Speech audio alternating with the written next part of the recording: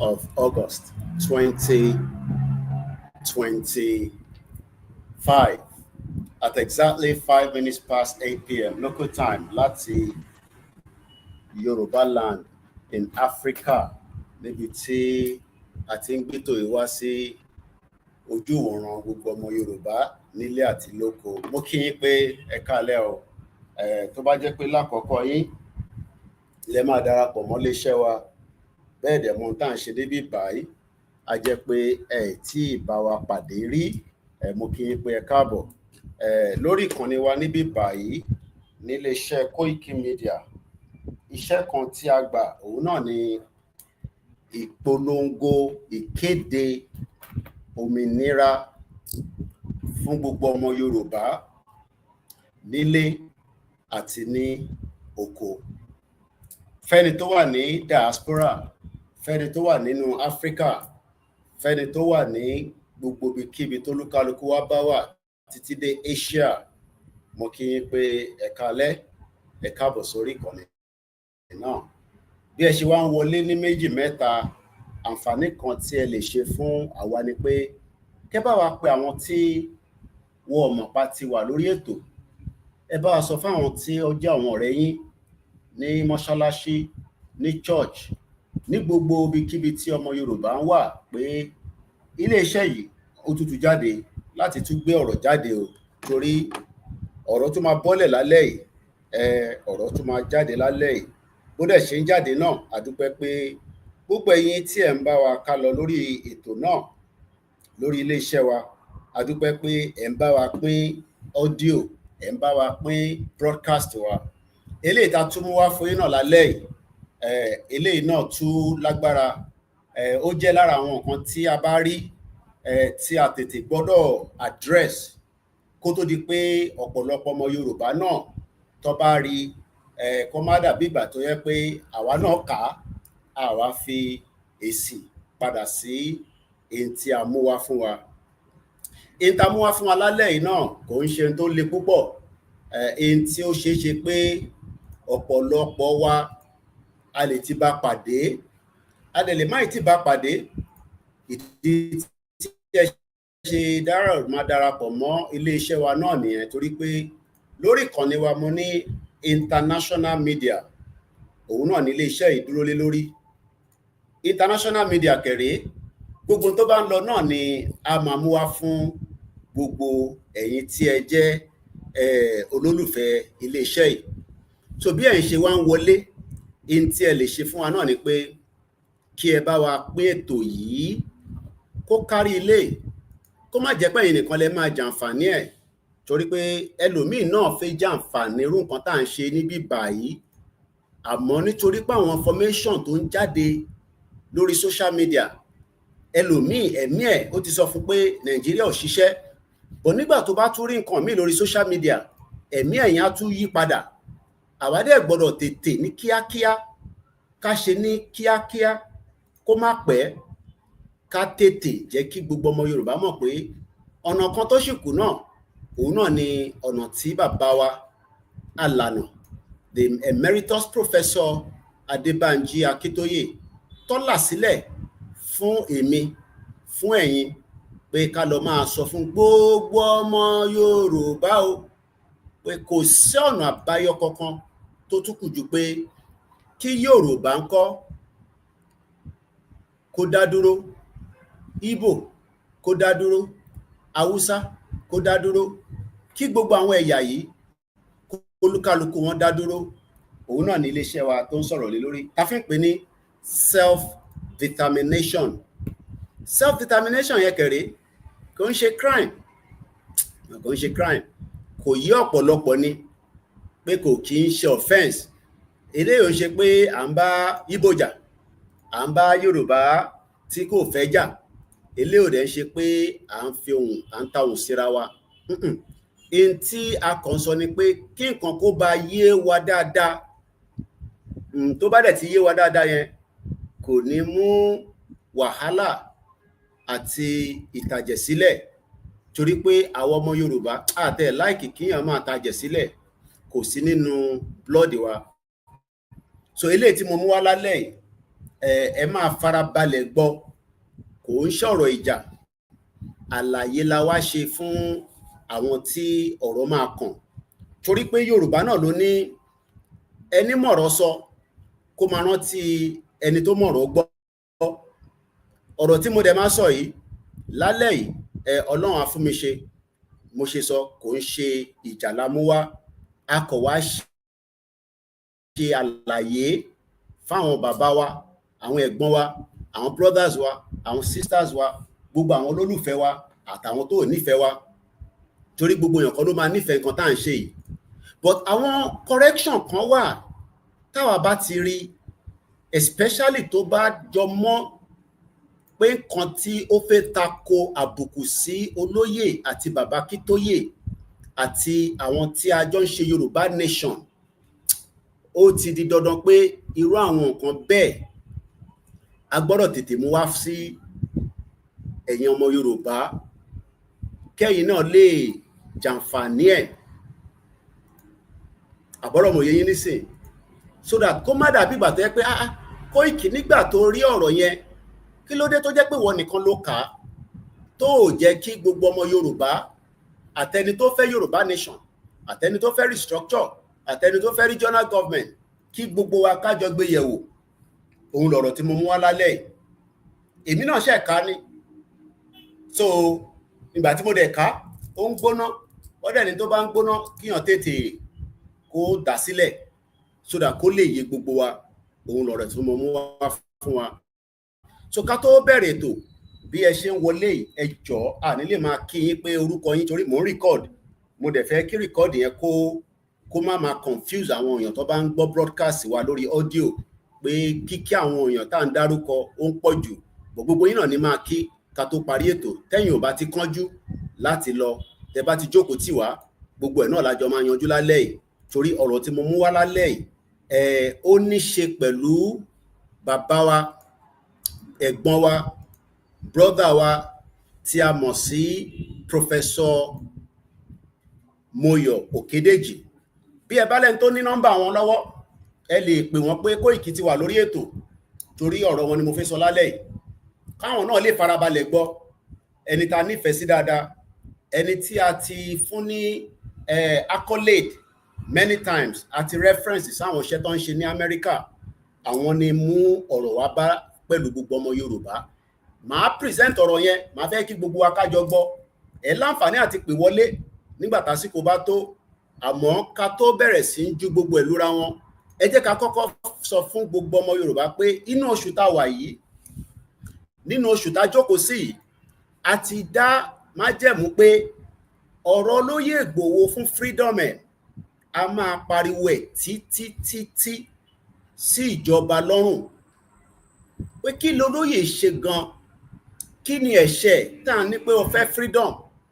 Olóyè kẹ̀rẹ́ ò ṣe terrorist, but a ti rí pé àwọn kan wọ́n ń ju olóyè pẹ̀lú ọ̀rọ̀ Gúnmi.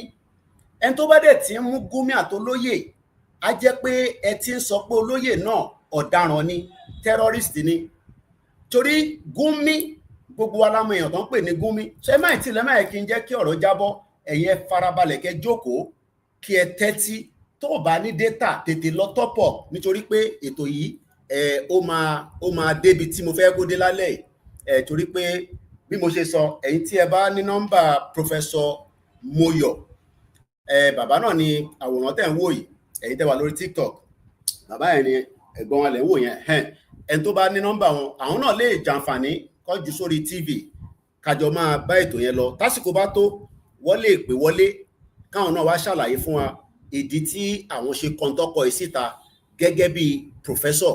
Àmọ́ ká tó dé stage yẹn, ẹ jẹ́ kí a gbọ́ ìdí tí a ṣe sọ pé wọ́n gbọ́dọ̀ fi freedom fún olóyè ní kíákíá, kó má pẹ́ o, kíákíá ni o. Èní ni 27th of July 2025.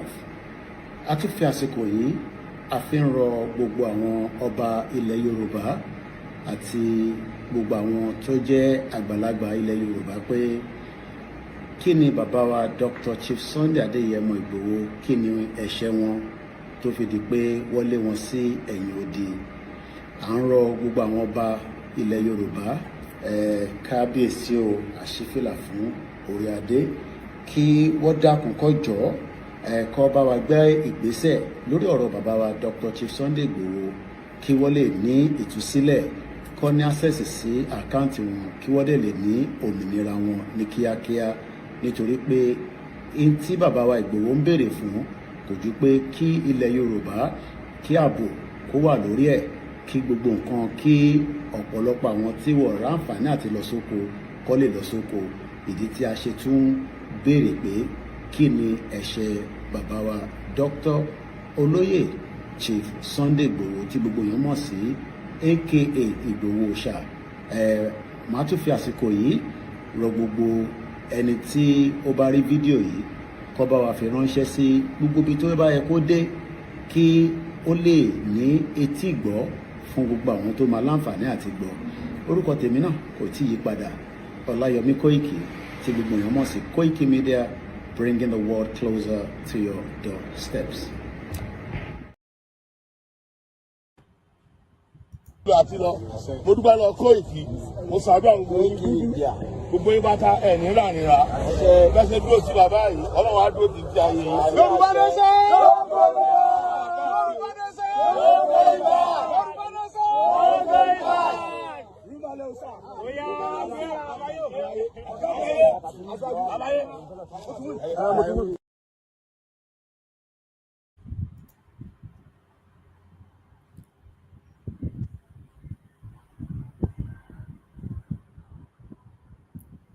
àti lọ mo dúpẹ́ lọ kó.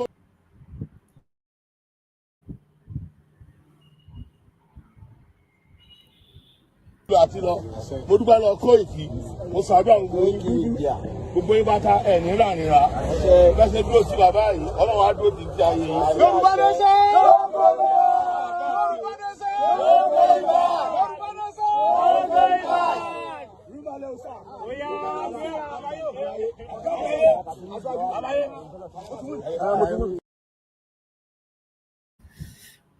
mo kí gbogbo wa lẹ́ẹ̀kan sí bí ẹ ṣe ń darapọ̀. Ẹ jẹ́ ká wọnú agbami ètò torí àsìkò, especially àwọn tó ń bẹ nílé fún data. We are unable again to connect to our Twitter space. Àmọ́ tó ṣẹlẹ̀ pẹ̀lú àwa àti Elon Musk. Kọ́lọ́n jẹ́ kí a tún láǹfààní àti padà sórí ẹ̀rí kíákíá. But fẹ́yìn tí ẹ̀ ń fẹ́ gbọ́ wa lórí Twitter space kò ń ṣẹjọ́ wa àmọ́ tó ṣẹlẹ̀ lórí Twitter space. Láti bí ọjọ́ mélòó kan nísìn bó ṣe ń wọlé ló ń tún jáde padà sọ àmọ̀dí tí a ṣe tí láǹfààní àti jẹ́ kí Twitter space yẹn kó padà wá but hopefully a dé níjọ́ kan tá tún máa láǹfààní ẹ̀. Now let's go straight to it. Mo bá átíkù yìí pàdé ní ìrọ̀lẹ́ yìí nígbà tí mò ń go through àwọn iṣẹ́ tí a mọ̀ ṣe jù. A dúpẹ́ pé Twitter space ti padà, a dúpẹ́ fọ́lọ́run. Ẹ bá wa pe àwọn èèyàn wọlé ẹjọ́ torí Ọlọ́run. Nígbà tí mo rí átíkù yìí tí bàbá wa ẹ̀gbọ́n wa brother wa máa fi tọ̀wọ̀tọ̀wọ̀ dárúkọ wọn Professor Moyo Okediji tí wọ́n kọ síta ní ìjọ òlọ́kọ́ wọ́n kọ ní àná jẹ́ 1st of August 2021. Ẹ̀dẹ̀mọ̀ pàwà láti àná láti wà lórí ìrìn àjò tí a wà ní Kútọ́nù tí a wá bá wọn ṣe ayẹyẹ Independence Day wọn. Lágbára Ọlọ́run àwa náà níjọ́ kan máa wáyé tí Yorùbá nation tóun náà máa celebrate independence. Picture Olóyè Igboho is a brand. Gbogbo ẹni tí ó mọ̀ dájú lé ni pé kódà tó o bá tẹ̀ fẹ́ ka átíkù yẹn, tó o bá fẹ́ wo fídíò yẹn, in tó bá ti lè rí picture Igboho nínú any article, ó máa wà lẹ́mìí ẹ pé kò kàn tí ó wà níbẹ̀. Gẹ́gẹ́ bí journalist èmi dẹ̀ tún jẹ́, gẹ́gẹ́ bí pé mo tún jẹ́ agbẹnusọ fún Dr. Chief Sunday Igboho, I scanned through a lot pẹ̀lú àwọn team wa. Torí ọ̀pọ̀lọpọ̀ nǹkan làwọn èèyàn máa ń kọ, ẹlòmíà náà rí prophecy, àwọn ríran sí Igboho, ẹlòmíà ní ká sọ fún Ìgbòho má dì mọ́yàn, Kóìkì ẹ bá wa pè Ìgbòho, ẹ àfẹ́ wàhálà, Ọlọ́run máa fi ṣọ́ ẹ̀ṣọ́ ẹ. Everybody is worried lórí olóyè Ìgbòho, which is good. But tá bá ráwọn kankan míì náà tó bá jẹyọ jáde látara pé àwọn tí wọ́n bá kọ átíkù tó ṣe fídíò àwò afárabalẹ̀. Mo kátíkù ilé mẹ́ta, gbogbo comment tó ń bẹ nínú ẹ̀ pátá ni mo kà, gbogbo ẹ̀ náà lájọ máa gbé yẹ̀wò lálẹ́ yìí. Àwọn kankan wá bá fò mi nígbà tí mo rí picture olóyè Ìgbòho tó wà láàrin, picture Nnamdi Kanu ó wà ní ọwọ́ right hand side, picture Gumi ó wà lọ́wọ́ left hand side. Mo wá kọ́kọ́ kí n tó kátíkù yẹn, nígbà tí mo rí picture yìí, ó jẹ́ in tí ó bà mí lẹ́rù, àbí olóyè kí ló tún ṣẹlẹ̀ tó ń gbé picture olóyè àti Gumi, torí gbogbo alamọ ẹni tó jẹ́ Gumi, gbogbo adẹ̀lamọ ẹni tó jẹ́ Nnamdi Kanu, àtẹ̀mọ́ tó jẹ́ Sunday Igboho. So àwọn mẹ́tẹ̀ẹ̀ta yìí wọ́n kó wọn papọ̀, wọ́n wá kọ átíkù lé lórí. Mo wá wo átíkù yẹn pé kí ni intention, kí ni àníyàn ẹni tó kọ átíkù yìí, kí ni wọ́n fẹ́ derive nínú átíkù yìí. A tẹ̀ mọ̀ pé Nnamdi Kanu òun náà ń jà fún ìran ẹ̀ pé kí Biafra dúró. A mọ̀ pé Sunday Igboho ó ń jà fún ìran ẹ̀ pé ẹ má pa ìran mi mọ́, self determination tóun dẹ̀ tún gbé dání kò kí ń ṣe offense. Àmọ́ kí ni ọ̀rọ̀ Gumi ṣe jáde nínú ẹ̀? Ìyẹn bá fún mi, ó fún mi ní concern pé àbí Gumi mi lélẹ̀. Mo tún lọ wojú yẹn dáadáa, mo rí pé Gumi tó lé kúrò ní Saudi Arabia níbi tí mùsùlùmí Kristẹ́, mùsùlùmí Yorùbá àti mùsùlùmí àwọn ẹ̀yà tó kù tó gbàgbọ́ nínú Islam, kí ni wọ́n lè gbé picture yẹn papọ̀? Ẹ má worry nípa AI, ẹni tó kọ átíkù yẹn ó mọ̀ nípa AI, ọ̀rọ̀ AI kọ́ lélẹ̀, ẹ má distort information yẹn, jẹ́ ká farabalẹ̀. Ibi tí mo fẹ́ lọ kò ń ṣe pé bọ́ ṣe ibi tó ti lọ mú picture yẹn jáde, but image olóyè Ìgbòho ó ṣe pàtàkì pé kó máa join ẹ̀ pẹ̀lú Gumi, torí gbogbo ara ọmọ ẹni tó ń pè ní Gumi, terrorist àgbáyé òun ni Gumi. Kódà àwọn Saudi Arabia wọ́n ní àwọn ò lè jẹ́ kó wọnú ìlú àwọn. Ẹ̀rí wà, tẹ́ bá fẹ́ ká mú jáde àlọ́ mú jáde. Wọ́n ban ẹ̀, wọ́n ní kò lè wọ Mẹ́kà, àwọn ò fẹ́ kó wá sí Mẹ́kà. Ìyẹn Sheikh Gumi, àwọn Saudi Arabia ní terrorist ni, àwọn ò dẹ̀ lè fẹ́ kí terrorist wá sí ìlú àwọn. Nígbà wo nìyẹn ṣẹlẹ̀? Gbogbo wa náà la mọ ìgbà tó ṣẹlẹ̀, but torí pé ká lè bá ní ẹ̀rí tó dáa, ká dẹ̀ lè ní evidence ẹ jẹ́ kí lọ mú ẹ̀rí yẹn jáde, so that kó má dàbí ìgbà tó yẹ pé ẹni tó kọ átíkù yìí tí wọ́n wá mú olóyè Ìgbòho tó join ẹ̀ mọ́ Gumi, wọ́n join ẹ̀ mọ́ Nnamdi Kanu, kí nìkan tó fẹ́ derive from that article. Ẹ jẹ́ ká lọ wo bí wọ́n ṣe lé Gumi kúrò tó deport ẹ̀ padà sí Nàìjíríà. Àwa tẹ̀ rò pé bọ́ ṣe deport ẹ̀ yẹn, DSS, EFCC àtọlọ́pàá wá gidi ẹ̀ wá mú, àmọ́ a ti mọ̀ pé àwọn ni bàbá àsàlẹ̀. Ẹ jẹ́ ká wo àwọn átíkù yẹn. The first one ó jáde látọ̀dọ̀ brother wa Soyombo, investigative journalist. Saudi Arabia deported Sheikh Gumi due to ban he knew about. Ìyẹn The Guardian sọ pé why Saudi Arabia authority deported Sheikh Gumi to Nigeria. Hajj 2025, ọdún ìlà ń sọ, Saudi Arabia deport Sheikh Gumi. The Nation newspaper, Saudi Arabia embassy mom on Gumi deportation, kò tẹ́ ń ṣòwò nìkan, àti yẹ́ o àti gbogbo àwọn tó jẹ́ mọ̀lẹ́bí ẹ̀. Daily Post, Saudi Arabia deport Sheikh Gumi and bar him from 2025 Hajj. Wọ́n tẹ̀ jẹ́ kó rí Hajj, kò tẹ̀ wọnú lélẹ̀ bí kò fẹ́ ṣe Hajj. Ẹ ti rí gbogbo àwọn átíkù yẹn. Now, in tí mo wá ń béèrè ni pé ṣérú èèyàn báyìí ni bàbá wa Professor Moyo, wọ́n kàwé, wọ́n ní làákàyè, kí ni wọ́n wá mú olóyè Ìgbòho àti Sheikh Gumi tó ń jù wọ́n papọ̀? Ká tẹ̀ sọ pé Nnamdi Kanu in tó ń jà fún ẹ̀tọ́ ọ̀rọ̀ ẹ̀ náà lòun náà ń béèrè. Ó ń béèrè fún right to self-determination. Kò ń ṣe crime. But kí ni àjọṣepọ̀ Gúnmi tó kó papọ̀? Àjọ máa kátìkù yìí nísìnyí. Ẹ wá bá mi àjọgbéyẹ̀wò. Bí à ń tó kọ yẹn, bóyá normal, àti pé tó bá dẹ̀ normal, ẹ bá mi máa fi sínú comment section. So I'm going to read it. Èdè Gẹ̀ẹ́sì náà lọ fi kọ. Èdè Gẹ̀ẹ́sì náà ni máa fi kà jáde. And it goes like this. This was posted on his timeline yesterday, 1st of August 2025. Wọ́n pe àkọlé title yẹn ní which way? Kí ni ọ̀nà àbáyọ? Wọ́n bi gbogbo wa pé kí ni ọ̀nà àbáyọ? Wọ́n bi èmi, wọ́n bi ẹ̀yin, wọ́n dẹ̀ ń bi Olóyè Ìgbòho, wọ́n bi Ṣe Gúnmi, wọ́n bi Nnamdi Kanu, wọ́n wá ń bi gbogbo ọmọ Nàìjíríà. Wọ́n wá bẹ̀rẹ̀ pẹ̀lú orin tí arákùnrin kan tó ń pè ní Sonny Okosun, orin tó kọ ní 1985, tó sọ pé let's start with Sonny Okosun's song which way Nigeria. Gbogbo àná la rántí orin yẹn. Which way to go? Which way to go? I love my fatherland. Àṣẹ nígbà yẹn tá à ń kọrin yẹn, a mọ in tó ń pè ní Nàìjíríà. A kàn bá wọn kọ́ ni. A ti wá mọ̀ pé kò sí nǹkan kan tó ń jẹ́ Nàìjíríà. But let's just go with the articles to start with. Which way Nigeria? Which way to go? I love my fatherland. Oh yeah, I want to know. Yes, I want to know. I love my fatherland. Which way is Nigeria heading to? Professor Okediji Moyo wọ́n béèrè pé ọ̀nà àbáyọ wo ni Nàìjíríà ló ń darí lọ. Many years after independence, we still find it hard to start. How long shall we be patient till we reach the promised land?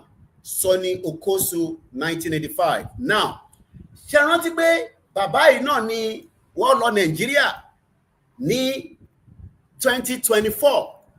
A máa sọ̀rọ̀ débẹ̀. Tẹ́ bá rántí, tẹ́ bá dẹ̀ rántí, kíkọ̀ sáré fún yín ní headline yẹn. A ní ti sọ lórí headline yẹn. A máa padà wá láti wá sọ̀rọ̀ nípa kí ló ṣẹlẹ̀ sí Professor Moyo nígbà tó lọ Nàìjíríà after many years tó ti gbé l'Amẹ́ríkà tó lọ Nàìjíríà. Nigerian American Professor Moyo Okediji lament extortion by policemen tracking armed robbers who invaded his home on Christmas Day, stole a mobile gadget. A lot of things happened. But let's go back to the article tó kọ gangan. Torí pé ẹlòmíì lè máa rántí ẹni tá à ń sọ yìí. Òun ni mo ṣe fẹ́ kẹ́ rántí pé he was home. Oríṣiríṣi ìṣẹ̀lẹ̀ sí wọn ní border, oríṣiríṣi ìṣẹ̀lẹ̀ sí wọn ní first tag. Gbogbo ẹ̀ náà la máa sọ̀rọ̀ lórí.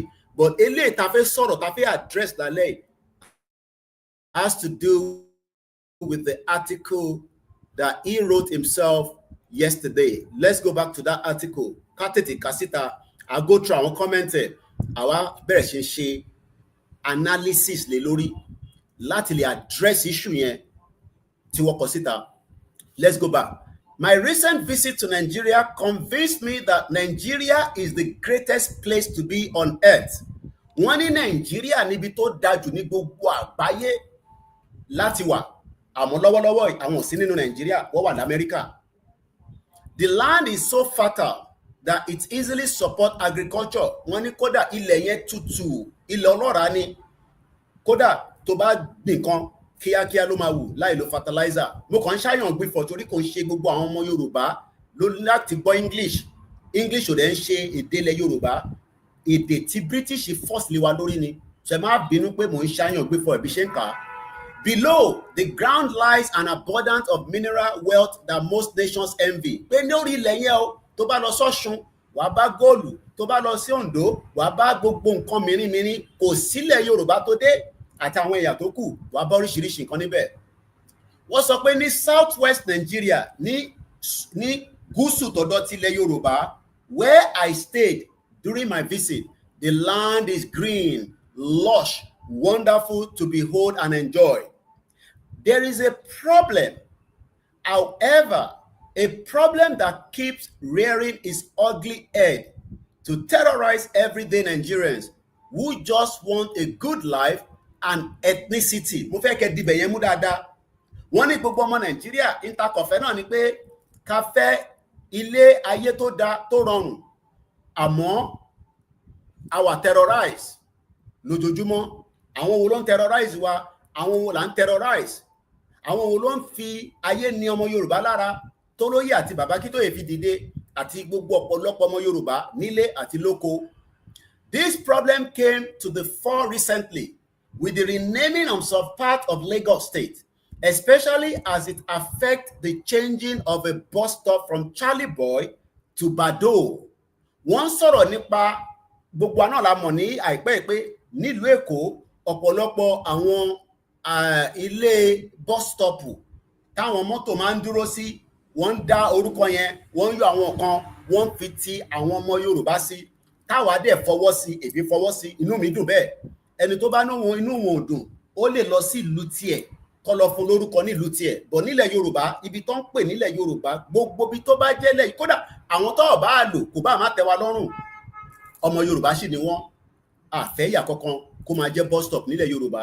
The change which honor Olamide Adedeji, ẹ̀yin náà gbọ́rúkọ yẹn, ọmọ Yorùbá àtàtà, a young Lagos musician, ó strip Charlie Òkúta. Charlie ò kì í ṣọmọ Yorùbá, ẹ̀yà míì ni, an older celebrity of the accolade of bearing the name of the bus stop. This name change has stirred significant tribal baiting controversy as it's regarded as a demonstration of hostility by Yoruba people against the Igbo residents in Lagos State. Torí àwa tí a lọ sí school dáadáa bíi Professor Moyo, àwọn òyìnbó kan wà tá a máa sáré ṣe analysis ẹ̀ ní kíákíá torí pé tá bá ń gbọ́ hostility, ṣáwa ọmọ Yorùbá wà hostile, ṣé a ní kí ni meaning hostility tí bàbá yìí sọ? Ẹ jẹ́ n gbé yín débẹ̀ torí pé lórí ìkànnì wa a máa ń ṣe ìtàn pè ní meaning of words. Hostility. Ẹ jẹ́ ká lọ wo meaning. Professor Moyo sọ pé this name change, orúkọ tó yí padà yìí, ó ti dá rúgùdù sílẹ̀, tribal baiting controversy as it regards a demonstration of hostility pé àwọn ọmọ Yorùbá are hostile by the Yoruba people against àwọn Igbo ní Nàìjíríà níbi tó ń pè ní Southwest. Hostility. Mo wá fẹ́ kí gbogbo ọmọ Yorùbá mọ̀ tó ń pè ní hostility, behaviour, unfriendliness or opposition. Torí pé ẹlòmíì tó bá gbọ́ hostility yẹn kò ní mọ meaning ẹ̀ ni mo ṣe lọ gbé jáde. Tá a bá ń sọ̀rọ̀ nípa hostility, hostility is the state of ill will and bad feeling. So Professor Moyo sọ pé àwọn ọmọ Yorùbá o, àwọn lọ sọ kò ń ṣe mi o, gbogbo àná làjọ ń ka o, ẹ má misquote mi o. Wọ́n ní àwa Yorùbá, èmi kàn bá wọn expatiate ni pé àwa hostile sáwọn ọmọ Igbo, kódà wọ́n fẹ́ ní àwa hostile sáwọn Fúlàní gan, kódà wọ́n fẹ́ ní àwa hostile sí àwọn Haúsá. This is ẹni tí ó gba professorship. Wọ́n ní àwa ọmọ Yorùbá o, our hostile, hostility. Mo ríro eléyìí láyé mi, àfi ń dẹ́rù bọ̀ lọ́rọ̀ ni. Now, hostility is the state of ill will and the bad feeling. If a teacher embarrasses you in front of the whole class, you will probably regard him or her with hostility. Now, mo ń bí gbogbo ọmọ Yorùbá, ṣé àwa hostile látijọ́ tí ìran Yorùbá ti ń bẹ, látijọ́ tí gbogbo ọmọ Yorùbá ọmọ Oòduà, àwọn ọmọ ìran ọmọ aládé, ṣé a máa ń gbàlejò àbẹ́ àkì ń gbàlejò, ṣá nífẹ̀ẹ́ àlejò? Ibo wà ní bàbá wa Professor Moyo ti rí ibi tí gbogbo ọmọ Yorùbá torí pé wọ́n ní kó yọrúkọ Charlie Boy, kó yọrúkọ àwọn ọmọ Igbo, kó forúkọ Yorùbá sí. Professor Moyo ní àtiwà hostile. Àwọn ló sọ nínú article tó fi sórí social media lánàá lórí Facebook. Let's go forward. Wọ́n ní I will not dive into what is right or wrong. Kí ló dé tẹ́ ṣe fẹ́ dive into what is right or wrong? A máa débẹ̀. Or attempt to imagine the intention of those who made the change. Pé kí ni àníyàn àwọn tí wọ́n bẹ̀rẹ̀ sí yọ orúkọ Charlie Boy tó forúkọ Bado sí, bọ̀ wọ́n náà fi sọ̀rọ̀ lé lórí ọ̀rọ̀ tó bá wúwo ibi báyìí náà láti máa tú kalẹ̀, kò dẹ̀ tí mú jáde ní. What the incident has demonstrated once again is the ethnic tension underlining the stability of Nigeria. Mo fẹ́ ka take note ibẹ̀ dáadáa. Wọ́n ní in tí ọ̀rọ̀ yẹn dá sílẹ̀ òun ni tension, ethnic tension.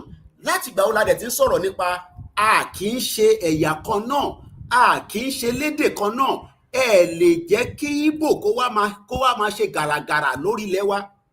Ethnic tension, ibi tí ethnic tension bá dẹ̀ ti wà lágbàáyé, ká lọ máa múra fún wàhálà, ká lọ máa múra fún fìtínà. Ibẹ̀ yẹn kò ní.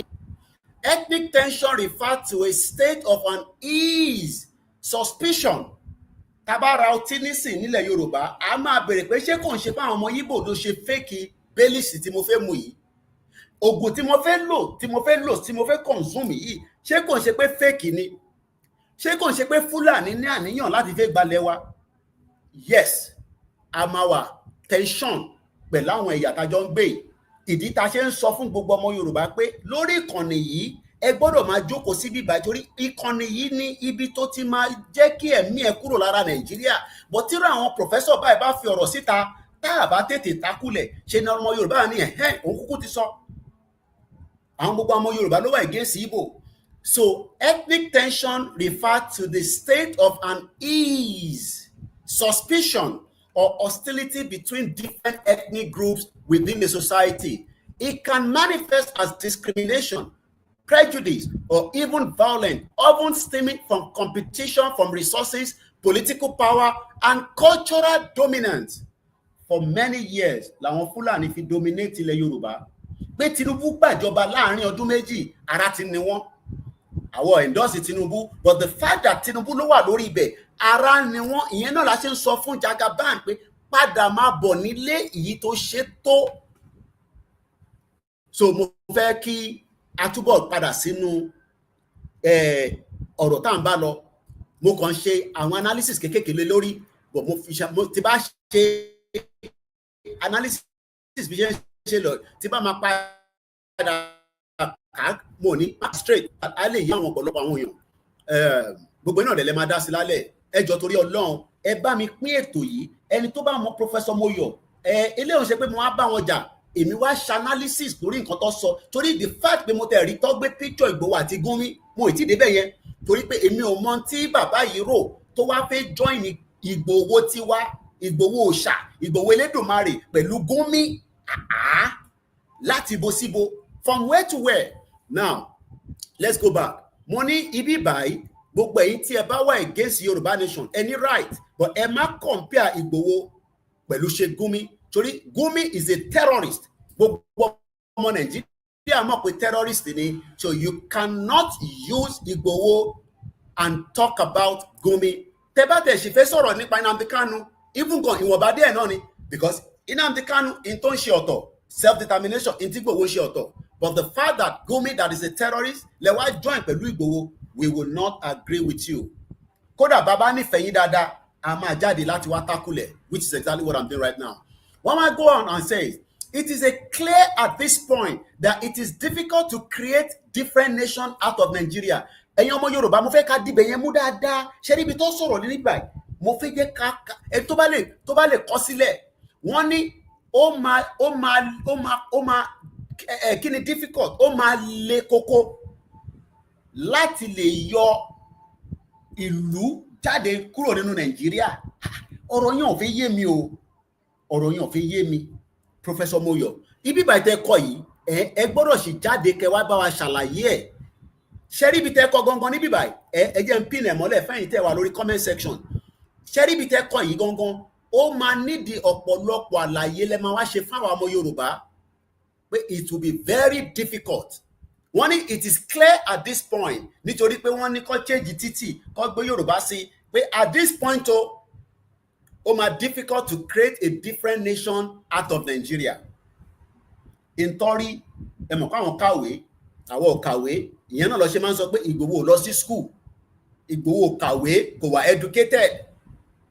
Irú àwọn èèyàn báyìí ni wọ́n máa ń sọ bẹ́ẹ̀, torí pé àwọn kàwé, wọ́n ní professor, but a dúpẹ́ pé àwa náà ní professor lọ́wọ́. Ọlọ́run ló ní ká ní professor lọ́wọ́. Professor Adébánjí Akíntóyè, Ọlọ́run ló ní kírú bàbá yẹn kó wà láàrin wa. Ṣé ni wọ́n bá rọ́bìṣì gbogbo àwa báyìí pé ṣé Kóìkì tó lọ sí school, Ìgbòho tó kàwé. Bá dúpẹ́ pé a ní bàbá kan, bàbá ara tó mọyì ọmọ. Mo ní a ní bàbá kan, bàbá ara tó mọyì ọmọ. Kò fi wá ṣeré, bàbá tó mọ iyì ọmọ. Let's go further in the conversation. It is clear that at this point, in táwọn rí o lórí pé wọ́n ní kó yọ orúkọ Charlie Boy, kó fi Bado sí, àti pé ethnic tension, àti pé our hospitality enough, àwọn ọmọ Yorùbá, pé kò likely pé a lè create a nation out of Nigeria. Now, ọ̀rọ̀ tó sọ yẹn, ó ti ta bá àwa báyìí, ó ti ta bá Ìgbòho, ó ti ta bá gbogbo ẹ̀yàn ọmọ Yorùbá nation, ó ti ta bá Bàbá Akíntóyè. What they saw nínú the next sentence one in the past, I had supported the creation of Yoruba nation, even though in the past tó ń sọ yẹn, bàbá yìí ò fijọ́ kan jáde ṣe fídíò kó endorse Bàbá Akíntóyè, kó endorse gbogbo wa. But wọ́n ní in the past, èèyàn lè support Yoruba nation lóòótọ́, kó má sọ̀rọ̀ síta, but eléyìí tó kọ yìí náà, tó bá jẹ́ pé wọ́n kọ́ bẹ́ẹ̀ náà nígbà tó náà wọn in the past. Wọ́n ní in the past I had supported the creation of a Yoruba nation as an umbrella to protect portion of the southwest Nigeria. But wọ́n that position has met with stiff opposition by many Nigerians who consider the unity of the country as non-negotiable. It went further. Yet, the ethnic tension in Nigeria has continued unabated with obvious political, mental, and economic consequences for the country. It went further. But will it be possible to reduce the tension in Nigeria by promoting regionalization of the country?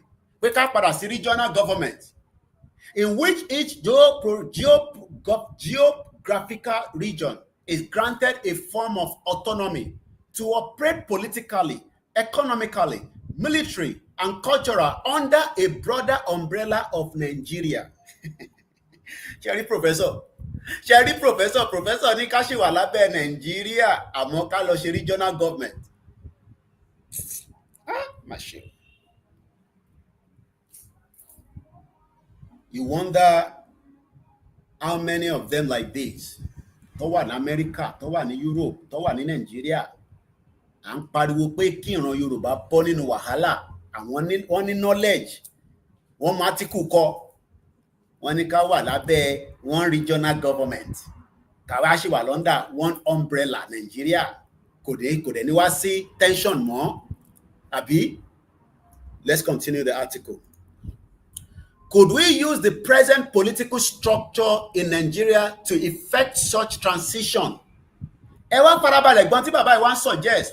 Only would Chief Sunday Igboho win the governorship of Oyo State if allowed to present himself as a candidate in 2027? Pé kí olóyè Igboho kó wá gbégbá ìbò nínú fraudulent 1999 constitution nínú a corrupt Nigeria. Pé kó olóyè Igboho, Sunday Igboho, kó lọ contest ní kíákíá, kó lọ dá political party sílẹ̀, kó dẹ̀ lọ contest ní Oyo State fún governor. Ṣé rántí pé mo sọ fún yín pé ní 2019 àwọn kan l'Amẹ́ríkà bẹ́ẹ̀ lọ ṣe ń push wa, tó ń push Ìgbòho, tó ń pè mí léraléra pé ẹ lọ form political party. Ọ̀nà tẹ́lẹ̀ fi jáde gba Yorùbá nation nìyẹn. Ẹ lọ form political party. Tẹ́ bá ti form political party, gbogbo èrò tí ó lóye Ìgbòho nìyẹn, àwa kó gbogbo àwọn state kankan, bí Ṣòwòrẹ́ ṣe ń ṣe yẹn. Ẹ mọ̀ pé Ṣòwòrẹ́ náà ní sí ọ̀nà dàtí síbà tó ń lo AAC, àwọn máa win. Kò win ní state, kò win local, kò win federal. Ẹ wo bí táwọn ọmọ Yorùbá à ń sọ̀rọ̀ pé a fẹ́ forge ahead. Ẹ wo bí tó fi gbé wa padà. So kí olóyè jáde kó wá gbé agbádá, máa ṣe títì fún yín, tá bá ti gba governorship, àwa bẹ̀rẹ̀ sí ń ṣe ta fẹ́ nínú Nàìjíríà pẹ̀lú constitution Nàìjíríà, fraudulent constitution. Let's go further.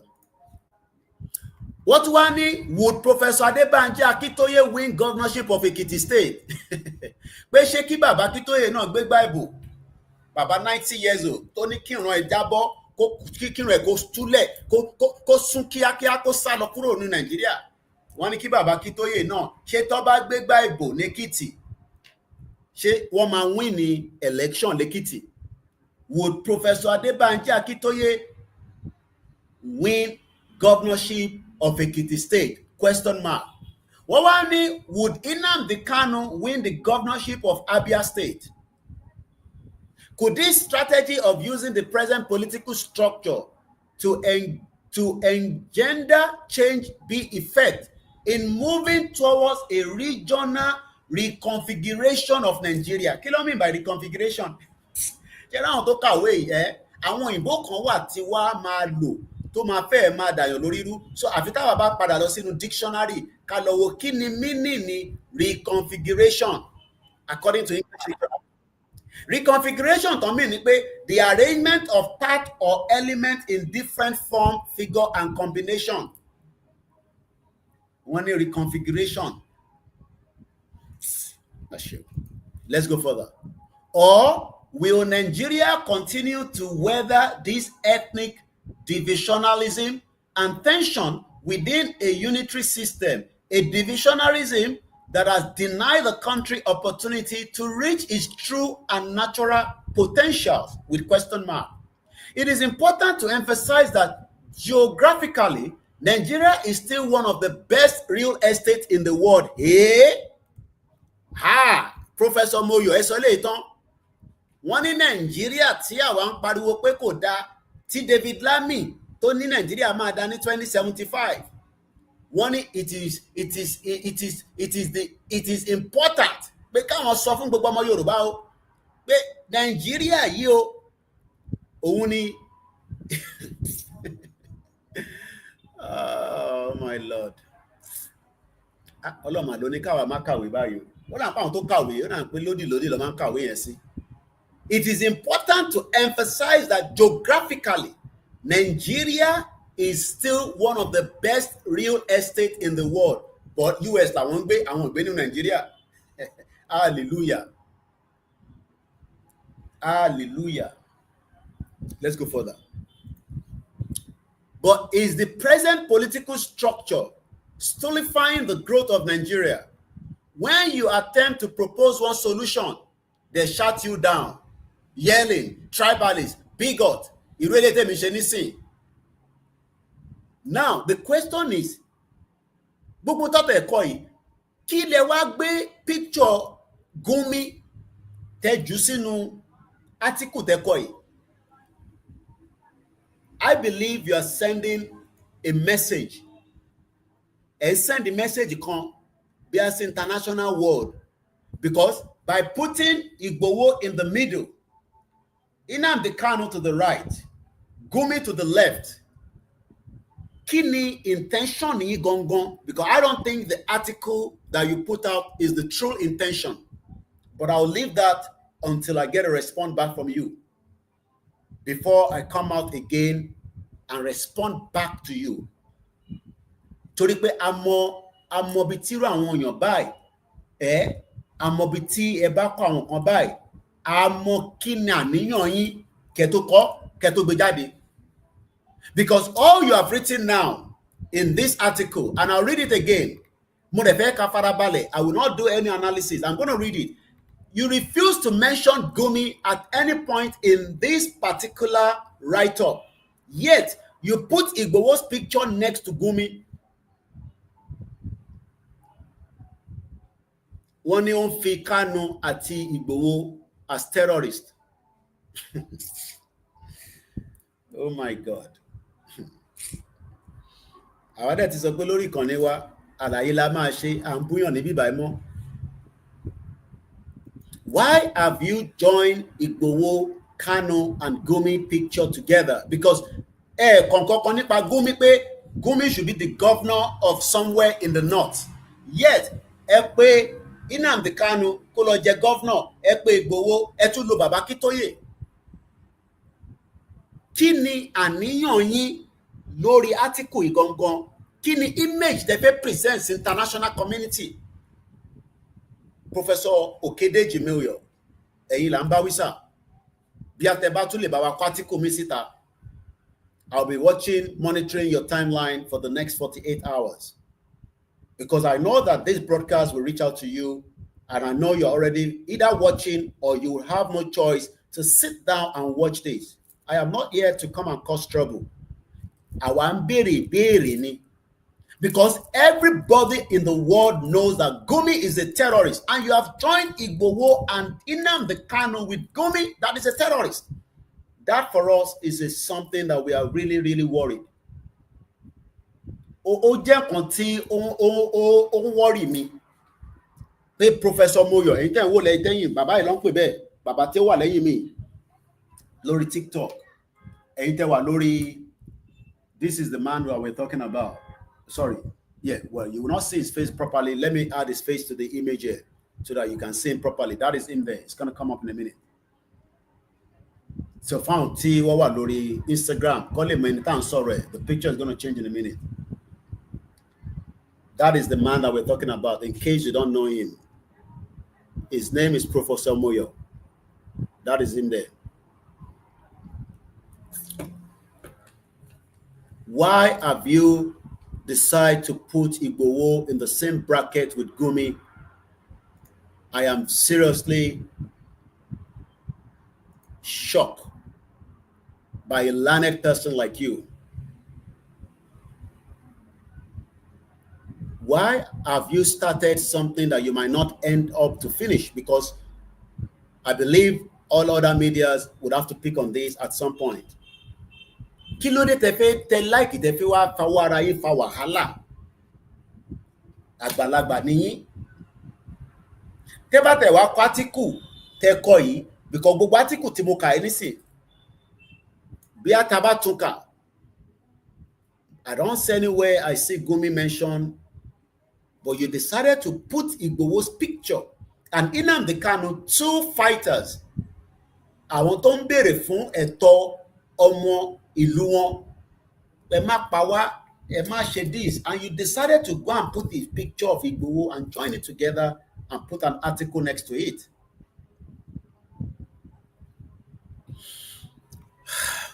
Ogao. Let's quickly continue. Fanfane and Tieba face support our details while on the screen here. Every donation is voluntary. Remember that as well. Let's go further back again. I'm going to read the article one more time. Then I will take you to the comment section. Can you review àwọn ọmọ Yorùbá mi lábẹ́ comment section here? Mo kí gbogbo ẹ̀yin ọmọ Yorùbá o. And in the 2nd of August 2025, my name is Olami Koike. I will not have to go through reading the Sonny Okosun. I'll just go. The topic and the title of his article was Which Way? One in my recent visit to Nigeria convinced me that Nigeria is the greatest place to be on earth.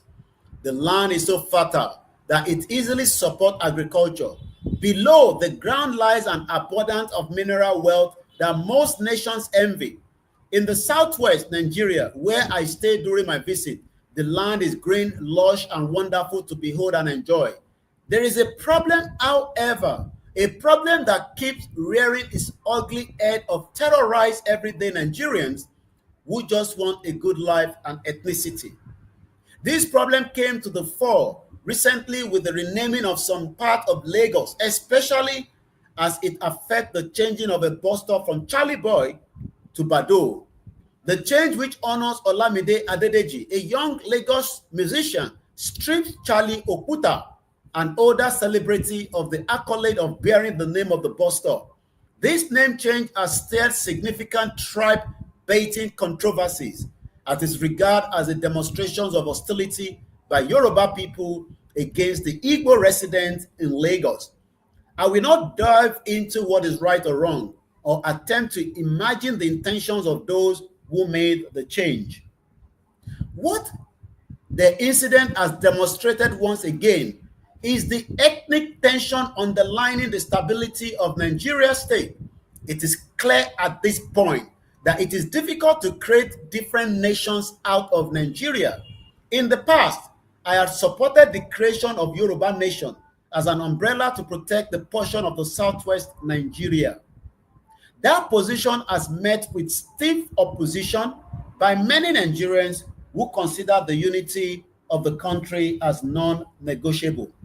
Yet, the ethnic tension in Nigeria has continued unabated with obvious political, mental, and economic consequences for the country. But will it be possible to reduce the tension in Nigeria by promoting the regionalization of the country, in which each geographical region is granted a form of autonomy to operate politically, economically, militarily, and culturally under a broader umbrella of Nigeria? Could we use the present political structure in Nigeria to effect such a transition? Question mark. Would Sunday Igboho win the governorship of Oyo State if allowed to present himself as a candidate in 2027? Question mark. Would Professor Banji Akintoye win the governorship of Ekiti State? Question mark. Could this strategy of using the present political structure of gender change be effective in moving forward towards a regional reconfiguration of Nigeria? Question mark. Or will Nigeria continue with whether this ethnic divisionism and tension within a unitary system, a divisionism that has denied the country the opportunity to reach its true and natural potentials? Question mark. It is important to emphasize that geographically, Nigeria is still one of the best real estate in the world. But is the present political structure stultifying the growth of the country? Question mark. When you attempt to propose some solution, they shout you down, yelling, tribalist, bigot, chauvinist, sectarianist, ethnocentrist, clanist, regionalist. Name calling won't solve the problem. Which way Nigeria, which way to go? We will look at the comment section in a minute. Let's come back and ask the question again. Kí ni àníyàn Professor Okediji? Gbogbo ta kà nísìn àárí Gúnmi nínú ẹ̀. Yet wọ́n mú picture Olóyè Ìgbòho, wọ́n á dẹ̀ mọ́ Gúnmi, wọ́n gbé Nnamdi Kanu lé lórí. Gbogbo wa la dá mọ̀ position ni Gúnmi as a terrorist. This is now a concern that the true purpose of this article was to establish that wọ́n kàn ju eléyìí síta láti fi ṣe testing. But let me tell Professor Moyo, whatever the agenda or the intention against Igboho has failed. My name is Olayomi Koiki. Don't pè ní Koiki Media. Ẹ máa dúpẹ́ lọ́wọ́ àwọn ìyàwó mi àti màmá mi pé wọ́n ní just do your presentation and walk out of the broadcast. Ẹni tó bá fẹ́ gbọ́ kó gbọ́, ẹni tó bá fẹ́ gbọ́ kó gbọ́. Tó bá jẹ́ pé gbà tí mo sì máa ń ṣe broadcast, bóyá lẹ máa lè jẹun sùn lálẹ́ yìí. Bóyá ni àwọn grandchildren ní wọ́n ní máa pè yín pé kí lẹ ṣe fún Koiki Media. But I will leave it like that. And I will monitor more updates from you in whatever media tẹ́ bá ti máa present my own response. Whether ẹ máa particle mi ni, mo ní wò pàgbàlagbà ní, but ẹ máa dúpẹ́ lẹ́ẹ̀kan sí lọ́wọ́ àwọn ìyàwó mi àti màmá tó bí mi lọ́mọ. Àtàwọn màmá kọ̀ọ̀kan tó ń pè mí. But táwọn ọmọ Yorùbá bá pè lálẹ́ yìí, in tó bá wù wọ́n ló máa sọ, and I will not stop them.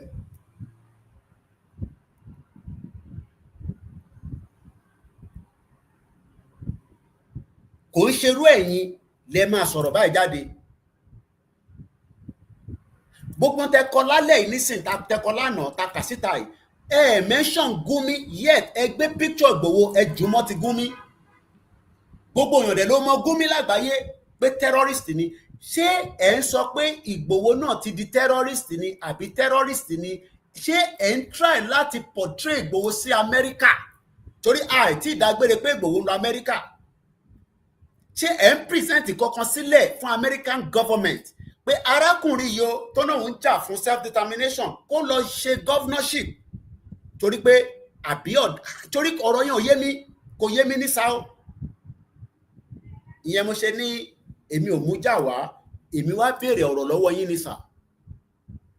Ẹni tó bá mọ Professor Moyo, ẹ bá mi ju broadcast yìí sókè dọ́dọ̀ wọn. Èyí tẹ́ bá jẹ́ olólùfẹ́ wọn, tẹ́ mọ̀ wọ́n dáadáa, ẹ bá mi fi mẹ́sẹ̀gì fídíò yìí ránṣẹ́ sí Professor Moyo pé kí ni reason tó ṣe gbé picture Ìgbòho out of gbogbo ẹni tó wà láti, kí ló dé tẹ́ ẹ̀ gbé Barack Obama, kí ló dé tẹ́ ẹ̀ gbé Nelson Mandela, kí ló dé tẹ́ ẹ̀ gbé lómi. Ó ṣe jẹ́ ṣe Gumi. Èmi tó pọnlé mo jẹ́ pé ní ṣèkò bọ̀ terrorist ni. Why? Kí ló dé? Ṣé ẹ̀ ń fi àrokò ránṣẹ́ sí wa ni? Torí ọ̀rọ̀ yẹn ò yé mi sà. Bí táwọn tó bá pè wá, a máa ṣojú òpó nísìnyí. Bí táwọn èèyàn bá pè, ẹ̀yin tẹ́ bá fẹ́ dá sí lórí TikTok, ẹ bá mi send message wọlé. Ọ̀rọ̀ yóò yé mi. Èmi ò dẹ̀ fẹ́ bínú torí pé èmi ti repent báyìí. But àwọn tó máa pè, àwọn lè máa repent bí èmi. Mo ò lè jẹ́ kí broadcast kó di ọ̀la. Gbogbo plan tá fẹ́ ṣe lálẹ́ yìí nísìn, mo láti put it on hold láti lè jáde torí broadcast yìí. What they mentioned in Nnamdi Kanu, because when Nnamdi Kanu no lọ governor, he mentioned in Nnamdi Kanu, he said Nnamdi Kanu can be a governor if he wants. That would Nnamdi Kanu win the governorship of Abia State, but he never at any point mentioned Gumi. Yet you have added Igboho's picture with Nnamdi Kanu. Why? Kí ló dé? Kí ni ẹ̀ṣẹ̀ ṣe rírí síta ṣe ń béèrè pé ṣé Ìgbòho tí ń lọ sọ́dọ̀ palace nísìn, ṣé ẹ̀ ń present Ìgbòho sílẹ̀ fún federal government pé ẹ má tí gbé ẹsẹ̀ kúrò lára Ìgbòho terrorist ni o? I don't know, I'm asking question. Ẹ mọ̀ tíyàn bá mọ̀, wọ́n lẹ̀ ní tíyàn bá mọ̀ ìyẹn á máa béèrè ni. I don't know, I'm asking. A ṣe kúrò lọ́dọ̀ ọba méjì, wọ́n palẹ̀ mọ́ àwọn ọba míì, àti náà máa dọ́dọ̀ náà fífẹ́, wọ́n ti fún wa ní date. Ṣé ẹ̀ ń present Ìgbòho sílẹ̀ pé kọ́ máa fojú àánú wò ni? I don't know. I'm asking question. Professor Moyo, èyí tẹ́ ẹ̀ bá mẹ́ni tó ń pè ní Professor Moyo, background tó wà tí bàbá tó ní ìrùmọ̀ funfun yẹn, ẹ jẹ́ kí wọ́n gbé yín débẹ̀ nígbà tí bàbá yìí wá sílé, because he was also home recently. Wọ́n wálé. Kódà ó kù díẹ̀ tí wọ́n bá gbẹ̀mí wọn ní barracks àwọn custom when he came to Nigeria after many years. Bàbá yìí ti kúrò Nigeria nísìn láti 1980 ló ti wà l'Amẹ́ríkà kó tó di pé wọ́n wálé ní last year after many years of living in America. Even after he came home, wọ́n fojú wọn máa bó, and the same man is now arguing and saying, oh, Igboho kó lọ di governor of your state. Mo kí gbogbo alẹ́ nǹkan sí. Let me take you back to the article as at the time when Professor Moyo came to Nigeria. Some of those articles, fẹ́yìn tẹ́ bá mọ ara ẹ̀ tán sọ yìí, ojú wọn nìyẹn dáadáa, kẹ́lẹ̀ láǹfààní àti mọ̀ wọ́n, orí Facebook wọn, and I believe the Facebook was not hijacked. Ẹ ṣé gbogbo ẹ̀yin tẹ́ wà lórí TikTok, mo kí gbogbo ilé nǹkan sí. Let's quickly go to when he visited Nigeria last year, the 2024. Kí ló ṣẹlẹ̀ sí wọn? Kí làwọn encounter wọn ní Nigeria? The same Nigeria that Professor Moyo made it known to us that Nigeria is the báwo ló ṣe sọ òyìnbó yẹn?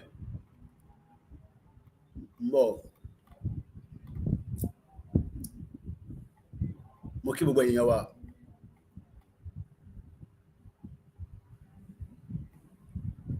Wọ́n ní it is important to emphasize that geographically, the same geographically, tí bàbá Prof. Awolowo, Tony, Nigeria is just a mere geographical location. Bàbá Professor Moyo wá ní Nigeria, it is important to emphasize that geographically, Nigeria is still one of the best real estate in the world. No, about ìgẹ́ta sí bí ó ní bó ṣe jẹ́. Ó yá, ẹ jẹ́ ká gbóhùn sókè. I've Googled Professor Moyo Okediji Nigeria. A lot of article has come down quickly. Premium Times, after encountering with Nigerian immigration, because he came through Ghana, he drove into Benin Republic, wanted to get into Nigeria, he was almost killed.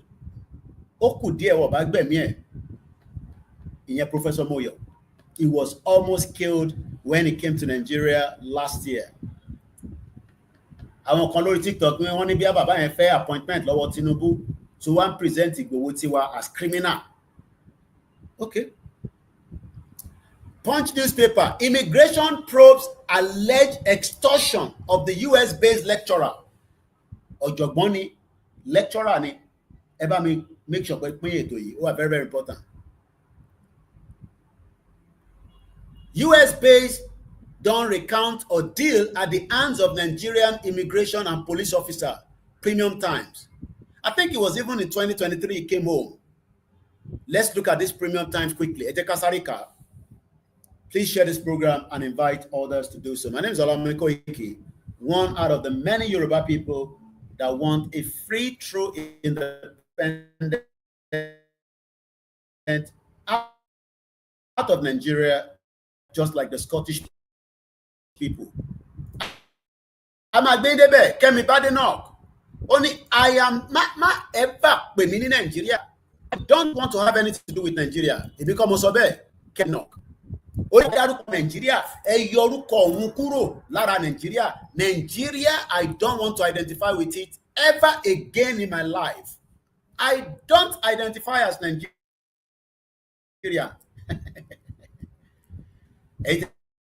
Professor Moyo, ẹ pè wọ́n pé ètò wọn là ń ṣe lọ́wọ́lọ́wọ́ báyìí. Fẹ́yìn tẹ́ ẹ̀ bá mi tán pè bẹ́ẹ̀ lórí TikTok, ẹ ti rí picture wọn, bàbá tó nírùngbọ̀n funfun yẹn, àwọn ló ń pè bẹ́ẹ̀. A máa dọ́dọ̀ Kẹ́mi Badenoch, ẹ jẹ́ ká clear kí ni Professor Moyo, kí ló fojú ẹ̀ rí, kí ló fojú wọn rí nígbà tó wá 2024, it came 2023. US based don't recount ordeal at the hands of Nigerian immigration police officer. Àwọn méjì tó deal pẹ̀lú wọn. Everything went well in Ghana. Wọ́n nígbà táwọn dé Ghana, gbogbo nǹkan lọ bó ṣe jẹ́ kó lọ létò. Everything went well in Benin Republic. Àwa náà ti witness it. We have traveled across every part of Cotonou. Àwọn staff mi, director mi ní Cotonou tí mò ń pè yẹn, tí Yorùbá ni mò ń pè, wọ́n ní Cotonou ni wọ́n ń pè. Cotonou, not Cotonou. Èmi kàn ní Cotonou ní gbogbo broadcast tá ṣe. So when my director was looking into some of my presentation and videos, Cotonou long pay less than 2 million, security, everything. Even Professor Moyo confirmed that when he visited Nigeria and Africa in 2023. Only one gbogbo nǹkan lọ dáadáa ní Ghana, ní Togo, ní Benin, ìlú mẹ́ta until I stepped into Nigeria, the US-based Nigerian professor says. This was December article 2023. A Nigerian-born US-based professor of art history, Professor Moyo Okediji, has accused personnel of Nigeria Immigration Service, NIS, at the semi-border of Benin Republic of stealing $500 from his luggage. The same Professor Moyo is telling us it is important to emphasize that geographically, Nigeria is still one of the best real estate in the world. I don't understand. I am confused.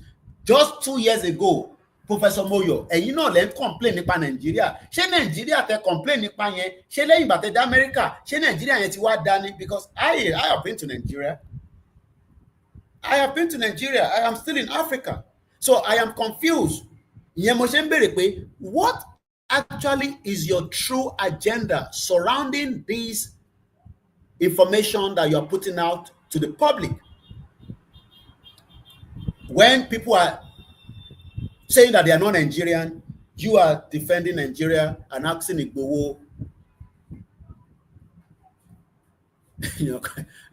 I wish he was kidnapped and they realized the importance of Chief Sunday Igboho, Eshegoni Babawa Osho. Let's go back quickly to the article. Mr. Okediji.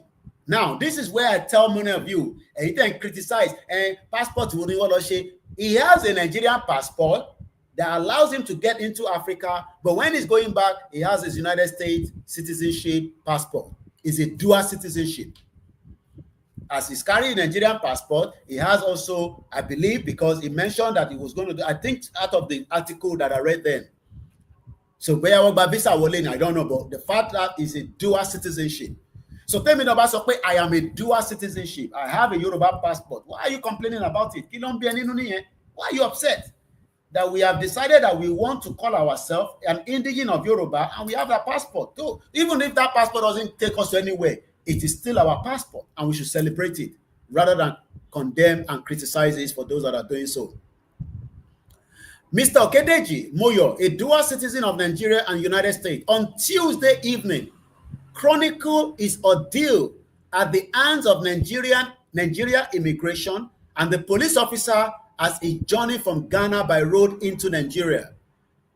Mr. Okediji, who teaches art history at the University of Texas at Houston, US, said his trip from Accra, Ghana, through Aflo in Togo and Port Novo in the Benin Republic was smooth until he arrived at the Nigerian border at the Seme around 10:30 a.m. on Tuesday. Everything went well in Ghana, Togo, Benin Republic until I stepped into Nigeria. The first immigration checkpoint that we encountered was at the Seme border on the Nigerian side. One of the immigration officers took a look at me and said, "Calm down, Oga."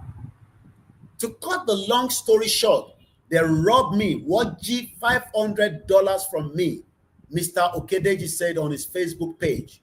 How I was robbed in a telephone interview with the Premium Times on Tuesday night. Mr. Okediji said the immigration officer took his hand luggage with the money he bought from the US. Their excuse was that they wanted to search it to see if it contained contraband.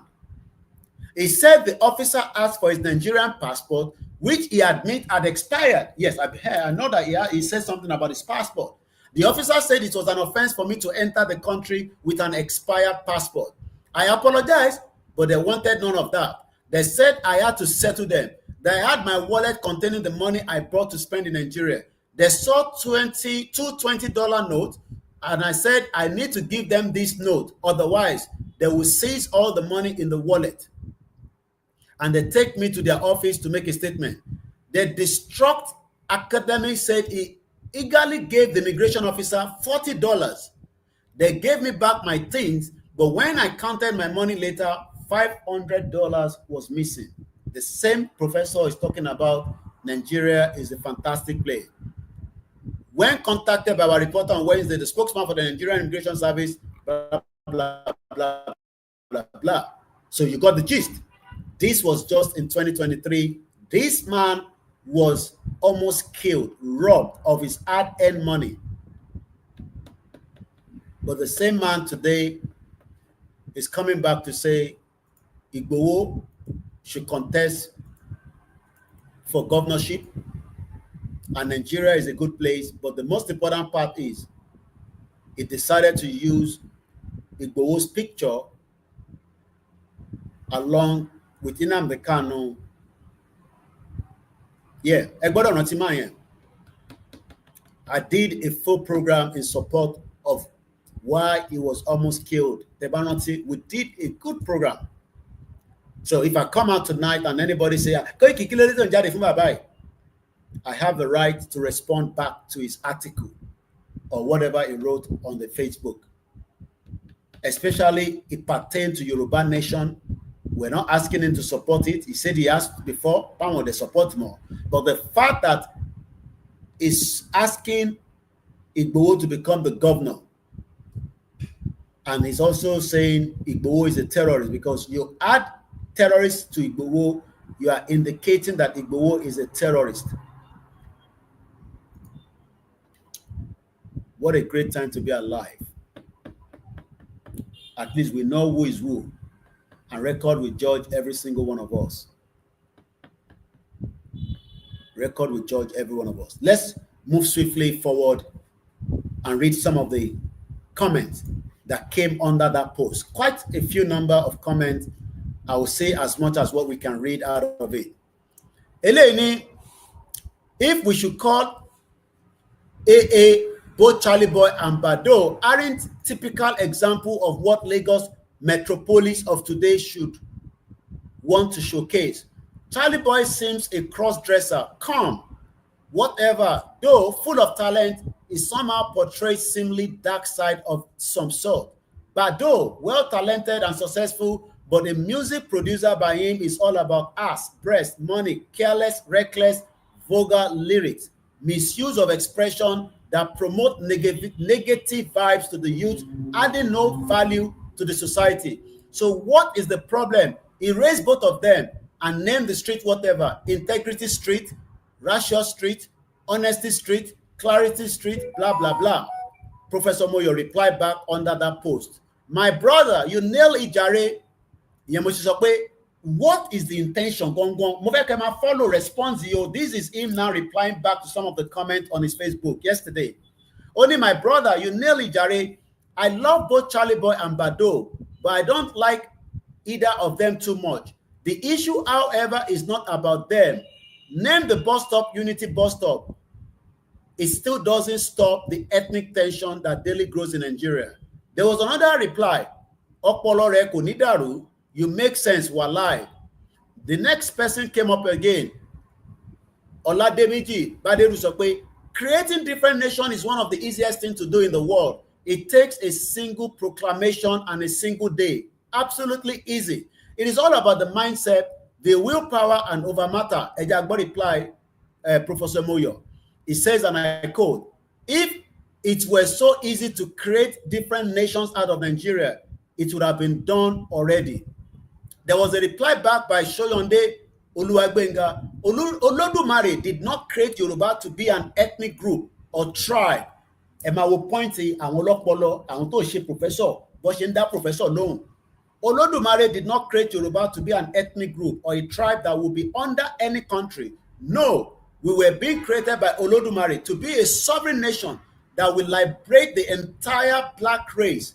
When you check your Yoruba national anthem, Iṣẹ́ wa fúnlẹ̀ wa, forílẹ̀ ibi wa, kàgbéga, kàgbéga, kàgbéga fàlérí.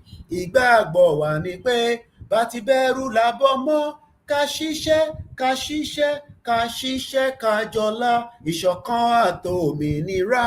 Ní kẹjẹ ká máa lépa ìtẹ̀síwájú fọ́pọ̀ ire àtòhun tó dára.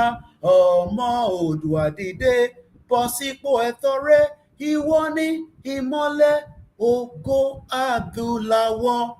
When you check the Yoruba national anthem from A to Z, you will understand this thing better. But our disobedience to this divine calling bestowed upon the Yorubas is the cause of our problems in Yoruba land and Nigeria. As long as Yoruba still remain in Nigeria, Yoruba will never be at peace and Nigeria will never know peace because our time to exit Nigeria has expired. That is the gospel truth, sir. You can consult Ifa about what I am saying here, sir. Because now you believe by father that no independent Yoruba nation, no peace for the Yoruba people in Nigeria. Could reply any more. Let's go further. There was another person that called himself Oye. None of this is unique to Nigeria. India is far bigger with far more ethnic division, far greater social division, and long-running insurgency. It has never witnessed a military coup. Or, like all nations, Nigerians struggle with contained centrifugal, centripetal pressure, and like others, it has a mixed record of success. Perhaps we need to see the glass as half full rather than half empty. The renaming of a bus stop does not change the fact that Lagos is an overwhelmingly cosmopolitan success, a thriving city where millions of citizens from all over the country have chosen to call home and they live legally in peace. So gbogbo àwọn ọmọ Igbo tó ń bá wa gbé àti Fulani àti Hausa àtàwọn Chinese àti Pakistan àti America àti British gbogbo wọn ló ń bá wa gbé by peace. Okay, true democracy is a journey, not a destination. We may not have arrived, but nobody can say that we have not made progress. There's about 14 reply on this. Moyo reply again, and I quote, it is constable that we have made progress. When you are walking in cycle, it appears you are moving forward, when in fact, I want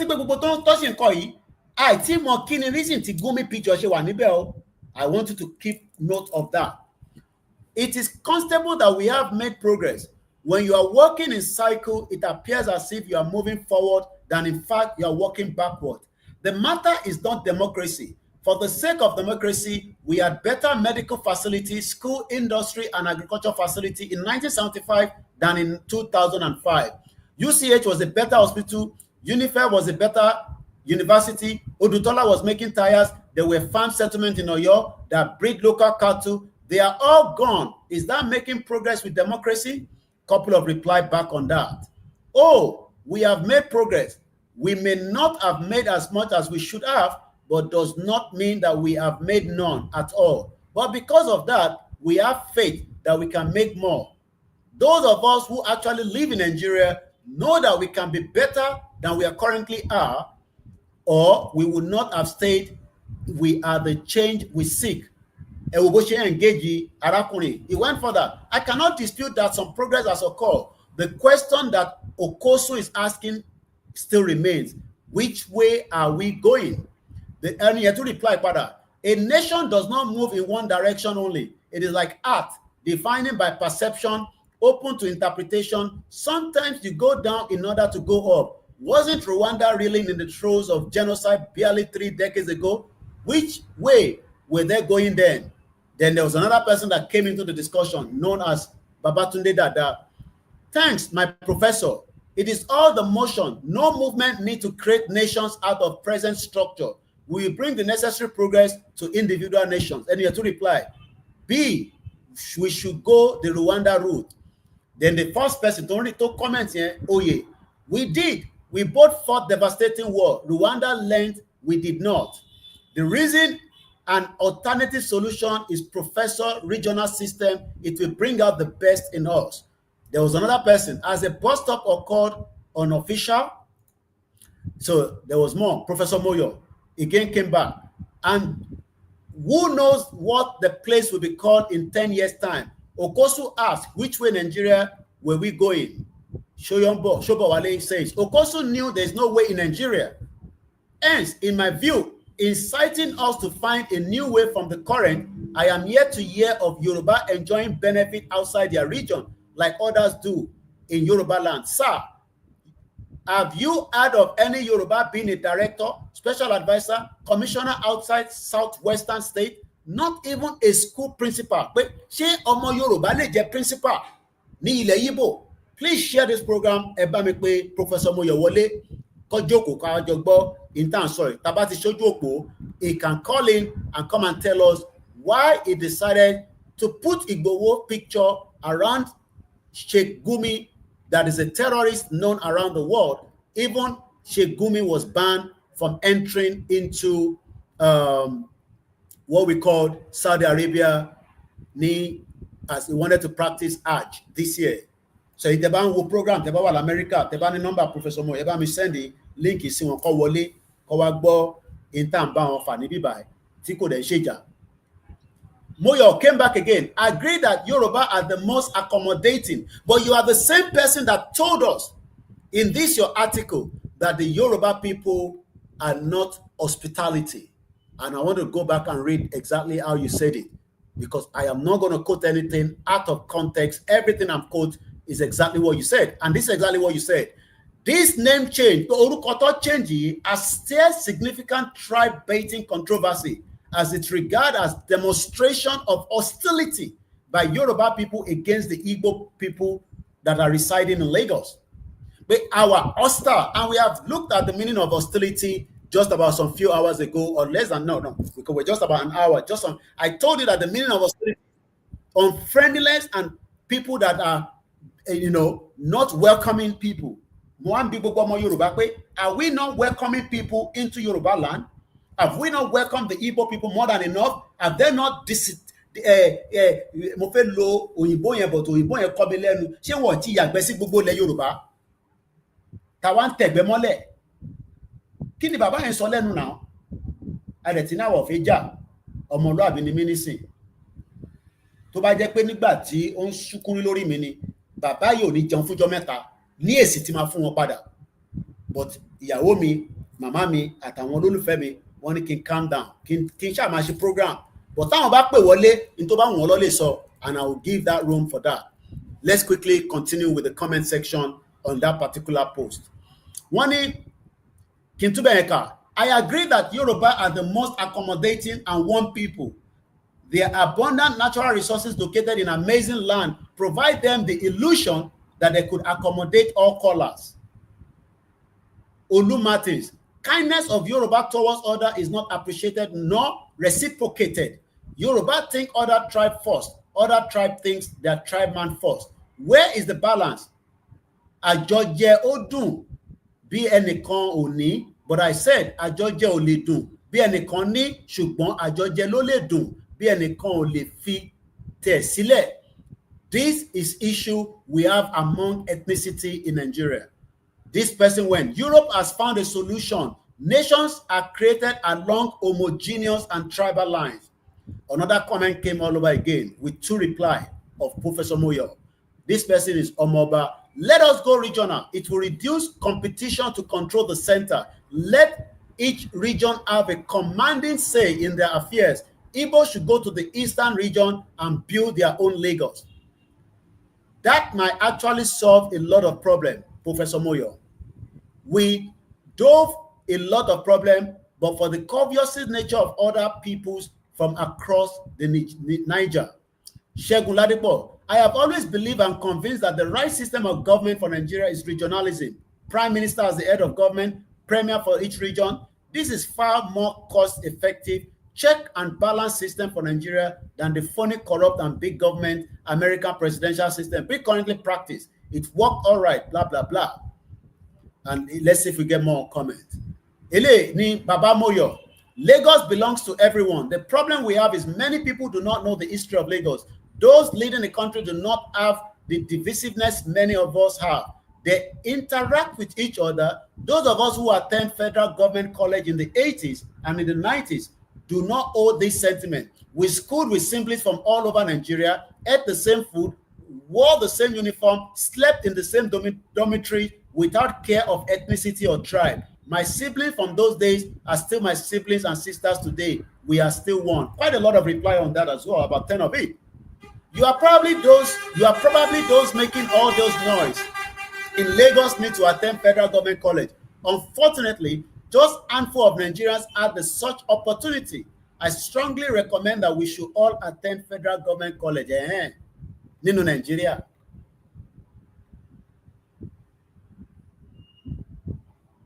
Emeka Idozi said, I like to call a spade by its name. Let's leave Charlie Boy for a moment. Let's dive into Ajegunle. Someone should make me understand what the name change is meant to portray. Explain to me like a 10-year-old boy. Some of those streets are older than the people that are changing it. And then so bloody what? Omoibo. If you don't like it, go back to Anambra, go back to Inewi, go back to Enugu, go and support Biafra. When you come to Yoruba land, we will decide whether you want to come in by giving you a permit that will then checkmate you and fingerprint you. Don't like it, it's your own cup of tea. Because of the present, so you can see now that there is you can see that this Professor Moyo has created something in the line of putting Igboho as a terrorist. That's exactly what he has done tonight. But we have come out to say to him that Igboho can share down. And whatever the agenda you are all presenting against Igboho ahead of whenever he decides to go to America has failed. Because we know that when you put this kind of information out, you are putting information so that when Igboho wants to go to America, they can say Igboho is a criminal, is a terrorist. Igboho kì í ṣe ọ̀daràn, kò dẹ̀ jalè, kò dẹ̀ fàdíyà, kò dẹ̀ pààyàn. Kódà ìgbà tó lọ bá Sẹ́ríkì Gàngán, kò pa. I was there. Sẹ́ríkì Gàngán, I mean, I was not there when he first went there, but I was at home on January 2021 when Igboho returned back after 7 days ultimatum. Bia Professor Moyo ti gbàgbé pé Aborode was just like him, a professor that studied in Germany, brought all his money back home, and eventually he was killed. Bia what ti gbàgbé? Bẹ́ẹ̀ni, kò fàdíyà náà. Igboho fàdíyà. Kò dẹ̀ ń ṣe oníjàgídíjàgan. Ẹ̀tọ́ ọmọ Yorùbá ló ń béèrè fún. Ó ní ká fẹ́ ààbò, ká dẹ̀ fẹ́ self-determination. Ìyẹn ò dẹ̀ ń ṣe crime. So, that is our message back to Professor Moyo. and I will release the phone in a few seconds for those of you that might want to join in the discussion. TikTok, I will let you come in as well. Before we go to Kemi Badenoch. Kemi Badenoch sọ pé don't ever in your life identify me with that nonsense with a country, ìlú tó ní làákàyè, ìlú tó ń pààyàn, ìlú mújẹmújẹ tó ń pè Nàìjíríà. Kí ló dé, kí ló fà á, gbogbo ẹ̀ la máa ṣàlàyé fúnra wa lórí ìkànnì Koiki Media. Ẹ má ti sá lọ, ẹ fẹ́ni tí kò support wa rí, bóyá ẹ mọ bẹ ṣe fẹ́ support wa, ẹ tí ń wá bẹ ṣe fẹ́ support wa, ẹ wá kò yé yín, ọ̀nà tẹ́lẹ̀ fi support wa ó pọ̀ rẹpẹtẹ. Àdúrà wà nínú ẹ̀, àmọ́ owó ó ṣe pàtàkì pé kí iléeṣẹ́ ìkórè owó láti lè máa fi operate. Kò sówó tó kéré tí ẹ bá fún wa, a lè máa fi ṣiṣẹ́ tá à ń ṣe lọ. Ẹ jẹ́ ká gbọ́ eléyìí ká tó wá bọ́ sórí ìkànnì Kẹ́mi. Mo dúpẹ́ lọ Koiki, mo ṣàdúrà gbogbo yín bá ta ẹ̀ ní rànìrà. Bẹ́ẹ̀ ṣe dúró sí bàbá yìí, Ọlọ́run á dúró ti di ayé yìí. Yorùbá ló ṣe é.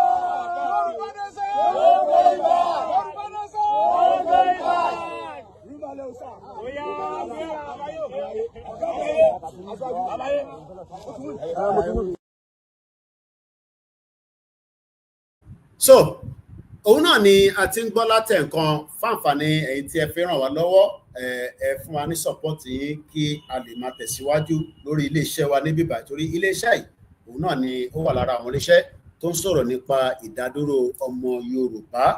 A ti ṣí ojú òpó fáǹfààní ẹ̀yin tí ẹ bá fẹ́ pè wọlé àbẹ́yìn tí ẹ bá fẹ́ darapọ̀ mọ́ wa. A máa ju líǹkì náà sínú ẹ̀yin tí ẹ bá fẹ́ darapọ̀ mọ́ wa lórí pé fẹ́ join ní broadcast yìí. Ẹ máa rántí pé títí kan stream tàbí stream kan pè ní StreamYard yìí, òun láti ń lò lẹ́nujọ́ mẹ́ta nígbà tá a ti wálé South Africa ní last time. Aripo da is costing us about $44 every month. We have a lot of other things tá à ń náwó sí. So tá a bá ní kẹ́ ràn wá lọ́wọ́, torí ẹlòmíà máa béèrè pé kí la fẹ́ fowó ṣe. Media need ìrànlọ́wọ́, CNN ò bá lówó kò lè operate, Sky News ò bá lówó lọ́wọ́ kò lè operate. Owó ni media fi ń ṣe operation tó fi ń ṣiṣẹ́.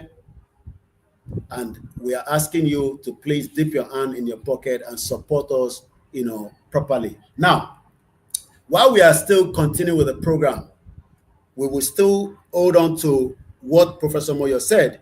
But there's another one that is fighting.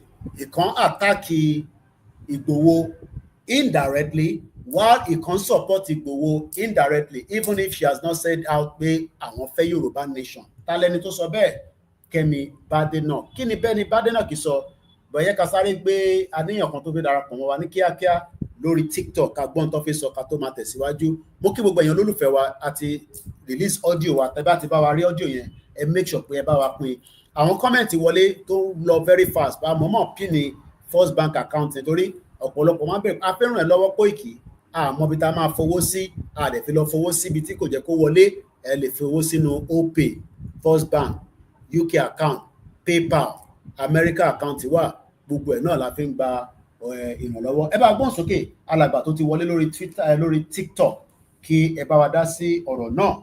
Lẹ́ẹ̀kan sí, tabalẹ̀ tó mọ Professor Moyo, àwọn náà ní right láti wá pè wá sínú program wa àbí láti darapọ̀ mọ́ wa, kó wá bá wa ṣàlàyé kí ló fà, kí ló dé, kí ló rí, kí ni ó ṣẹlẹ̀ tó fi di pé ọ̀rọ̀ Ìgbòho, Nnamdi Kanu àti Gumi ló kó papọ̀ lánàá. Ẹ bá gbọ́n sókè alàgbà ní kíákíá sà. Ẹ kálẹ́ sà o, ẹ kú ètò sà. Ètò nìyẹn. Ẹ kúkú lè dá sà. Kò ní sùn yín, kò ní rẹ̀ yín sà. Ṣẹ́dùmọ̀ rẹ̀. Ẹ délẹ̀ lérí lágbára ṣẹ̀dùà. Àmín. Wà á jọ máa délẹ̀ lérí. Nígbà tí mo rí tí ẹ sọ̀rọ̀ pa ọ̀rọ̀ Professor Moyo. Bàbá yẹn jẹ́ ẹni tí mo nífẹ̀ẹ́ gan sí gan púpọ̀. Ṣùgbọ́n nígbà tí mo gbọ́ tẹ̀ ń sọ lálẹ́, mo wá surprise, mo shock.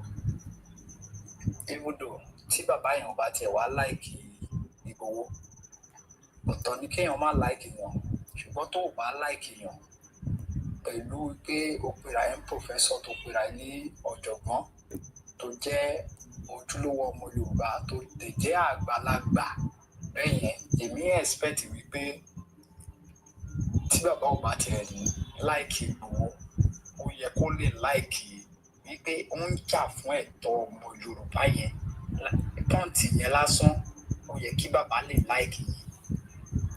Ọ̀tọ̀ ni kéèyàn ní personal interest èèyàn ìyẹn wà bọ̀ ohun tí èèyàn yẹn ń ṣe jẹ́ ohun tó nẹ́tọ̀ọ́ ni àbí kò nẹ́tọ̀ọ́.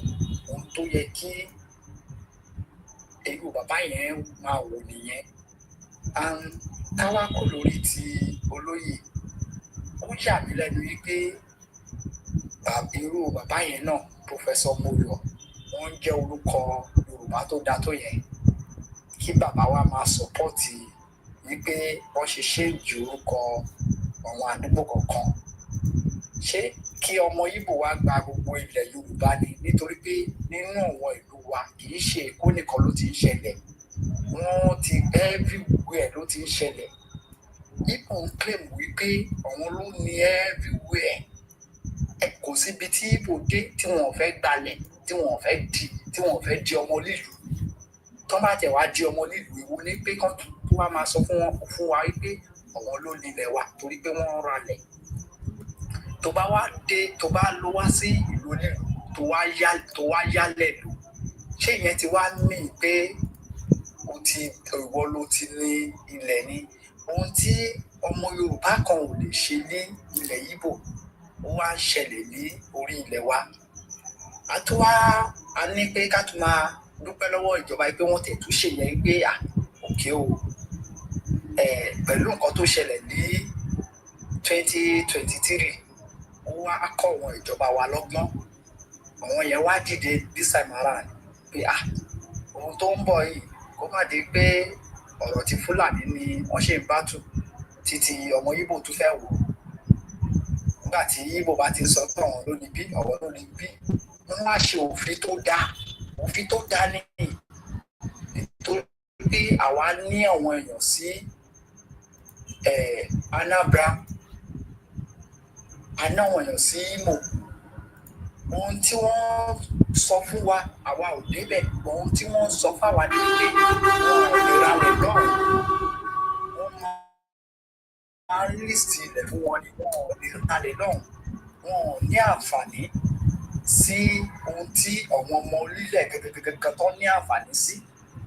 Kí ló wá dé tó jẹ́ pé irú bàbá Professor Moyo yìí láàrin ní ẹ má jẹ́ kí n lo language tó máa because mo kọ́ ọ̀bọ̀n yẹn bàbá yẹn dé but gẹ́gẹ́ bẹ́ ṣe sọ between 48 hours kí bàbá jáde síta kán wá bá wa sọ̀kọ́ tán rí kódà èmi ò tẹ̀lé sọ pé kán wá sọ̀kọ́ tán rí kán wá apologize fún gbogbo ọmọ Yorùbá ní ohun tẹ́mi expect nìyẹn because báwo lẹ ṣe máa gbé picture Gumi àti picture èdè tó ń jà fún àwọn ìran àwọn ọmọ yín, báwo lẹ ṣe máa sọ fi compare Gumi tí wọ́n ń lé padà nígbà tó dé àjì. Ó kù díẹ̀ káàtó ká ní pé bàbá yẹn ń ṣe àgbàlagbà ní bámu kan tí ì bá sọ lálẹ́ bọ̀ wọ́n ti ní ká má bọ́ àgbàlagbà mọ́. Ẹ ṣé gan ni sà, ẹ kú ètò sà, ẹ ní jábọ́ sà. Àṣẹ Èdùmàrè, ṣé gan bàbá wa tí wọ́n bá wa dá sí ọ̀rọ̀ náà. Tábà tó lẹ́nu tó fẹ́ dá sí ẹ pè sórí ètò ẹ lè exit bàbá tó ti wọlé gbogbo nọ́mbà tí ẹ lè pèsè òun náà ní studio nọ́mbà wa. Ẹ jẹ́ ká lọ sọ́dọ̀ bàbá wa Ọmọ́tọ̀ṣọ́, àwọn náà ti wọlé báyìí. Ẹ bá wa gbé ohùn sókè ká gbọ́n tẹ́yìn náà fi bá wa sọ sà. Odò àgbè wa kò ní gbọ́dọ̀ alẹ́ orin sakó ìdí. Àṣẹ Èdùmàrè. Káìdì ló sọ̀rọ̀ láti Italy. Ẹ ṣé gan ni ká lẹ́sà. Ẹ kú ètò. Ètò nìyẹn sà. Sẹ́rí at times bàbá ní pé ká máa lu ìjà ìyá pé kàkà sí akú fún ọmọ Yorùbá. At the end of the day bàbá gbé ìjà wọn náà orí ọmọ Yorùbá náà tún wá pàǹdì lé lórí. Ṣé gbàgbé àwọn bàbá ló ń jà fún regionalism ń sìn? Ṣé wọn ò mọ̀ pé regionalism tí wọ́n gbà lọ́jọ́ sí wọ́n gbà padà lọ́wọ́ wọn? So tó bá jà fiscal jà pẹ̀lú fún regionalism ń sìn. So tó bá tún wá jà padà wọ́n tún wá jà gbà lẹ́yìn wọ́n láǹsì àbẹ̀fẹ́ padà sí square one. Ìyẹn ní ibẹ̀ yẹn. So another point is tí mo fẹ́ mú jáde ní sè gbà tí àwọn sọ ọ́ sè pé wọ́n change the name of state.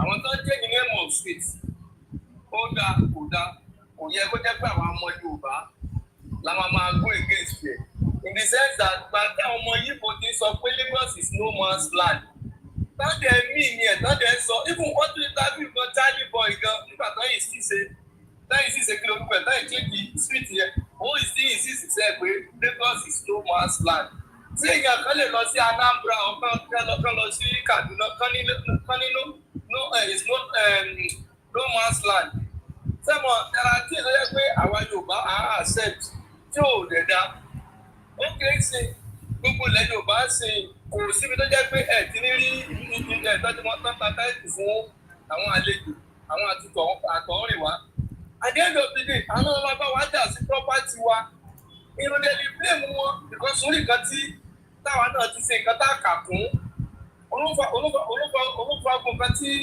ó ṣẹlẹ̀ sí wa wọ́n tó bẹ̀ kí Yíbò lọ sọ pé Kaduna is no man's land ọ̀kan lọ sí àwọn sí Lagos ló máa ń kọjá capital ni ebi Calabar ló kọjá capital wọn ò ṣe lọ sí Calabar kan is no man's land àìsí wọn máa rí àwọn ọmọ Yorùbá lẹ́yìn tí wọ́n máa sọ pé kan tí wọ́n sọ yẹn wọ́n ní right kí ni right tí wọ́n ní tàbí jẹ́ pé Yorùbá wa gan-an aláìkára wa àlejò la gbé lórí àlejò la láì òun dẹ̀ ló sún wa débi tá a dé lónìí kí n sè òun ló sún wa débẹ̀ òun ló jẹ́ ká mọ ìjà tá a fẹ́ jà kí ká pé òmìnira ní kókó bá a lọ fún regional wọ́n lè dàrú padà Tinubu sì kò tí ì lọ́dún mẹ́ta within 2 years sísìn wọ́n ti gbé ogun jáde from both left and right and Tinubu náà lélẹ́yìn náà kò jẹ́ káwọn agbègbè mọ́ bí tó fi sí ọmọ Yorùbá kankan àwọn gbogbo sí gúrùpù kankan tó yẹ pé kí lórúkọ ẹ̀ tó máa nígbà nǹkan tí Tinubu fẹ́ ṣe lélẹ́yìn o wọ́n sọ yẹn kó lọ kó ṣe rí bẹ́ẹ̀ kó ṣe rí bẹ́ẹ̀ ṣé gbogbo àwọn tó ń kókun ti yẹn wọ́n lè jẹ́ kó ṣe ni nígbà pọ̀ lọ́dẹ̀ pé ká jà fẹ́ tọ́ wa ká ṣe nǹkan lẹ́ẹ̀kan kẹ́bìtì kó yọrí sí rẹ̀ kẹ́bìbọ̀dì máa lọ tó bá fẹ́ jà náà ní kán bọ́ síta ká jàjà yẹn kẹ́bìbọ̀dì máa lọ kádàjà ká bá wa ìjà tó yẹ ká jà lónìí ká tó ti sọ́jọ́ wájú mi ọjọ́ gbogbo ọ̀la fẹ́ ti dé bàlá tó fẹ́ pè kankan rere ṣe fún orílẹ̀-èdè wa fún ilẹ̀ wa kò dá bẹ́ẹ̀ ní máa yí kan ronúkú wàdà because ìgbà tí ìṣẹ̀lẹ̀ sí wọn gbogbo àlà ń bá wọn yọ̀ tó ń sin ká máa ní pé ìṣẹ̀lẹ̀ tó ṣẹlẹ̀ sí yẹn wọn gan ó yẹ kó mú wọn lọ ni ṣé ó yẹ kó mú wọn gan lọ ni àwọn péyàn burúkú ayé ni wọn so because èèyàn mọ ọ ní àròkàn ló ń fẹ́ fún àsundà nígbà tá náà bá ń rò nǹkan tó fojú wọn rí sẹ́yìn àánú ó yẹ máa ní nǹkan tó yẹ pé Fúlàní gan ti pa yàtọ̀ wá àtáàkì ilé wọn àmàlà tó gbogbo ilé gan òun ní máa kọ orúkọ báyìí là because gbogbo nǹkan tó ń sọ yẹn sìn bẹ́ẹ̀ni pàtó jẹ́ pé nǹkan tó ṣẹlẹ̀ sí wọn yẹn sìn kò rí oníkan tó jẹ́ pé gbogbo ayé wa sìn wọ́n padà sí ríjọ́ anybody sí gbogbo bá a ṣe ń ṣe iná láì sí máa ṣe lè sí kí ara wa lẹ́ni wọ́n padà lọ sí ríjọ́ ká lè gbọ́dọ̀ protest abẹ́ sọ pé kí Haúsá Fúlàní pé kọ́ máa wálẹ̀ wa ni kọ́ máa ṣe tó wà ní federal law náà lábàá lò so a ní láti gbọ́ pọlọ nílẹ̀ káàró the best way ká the fourth way kò ṣe regional things of the past rí kò yẹ ká tẹ ronú lọ́bẹ̀ yẹn mọ́ òmìnira kí ni kí ló kàn wá pẹ̀lú region nígbà tá a ṣe nǹkan.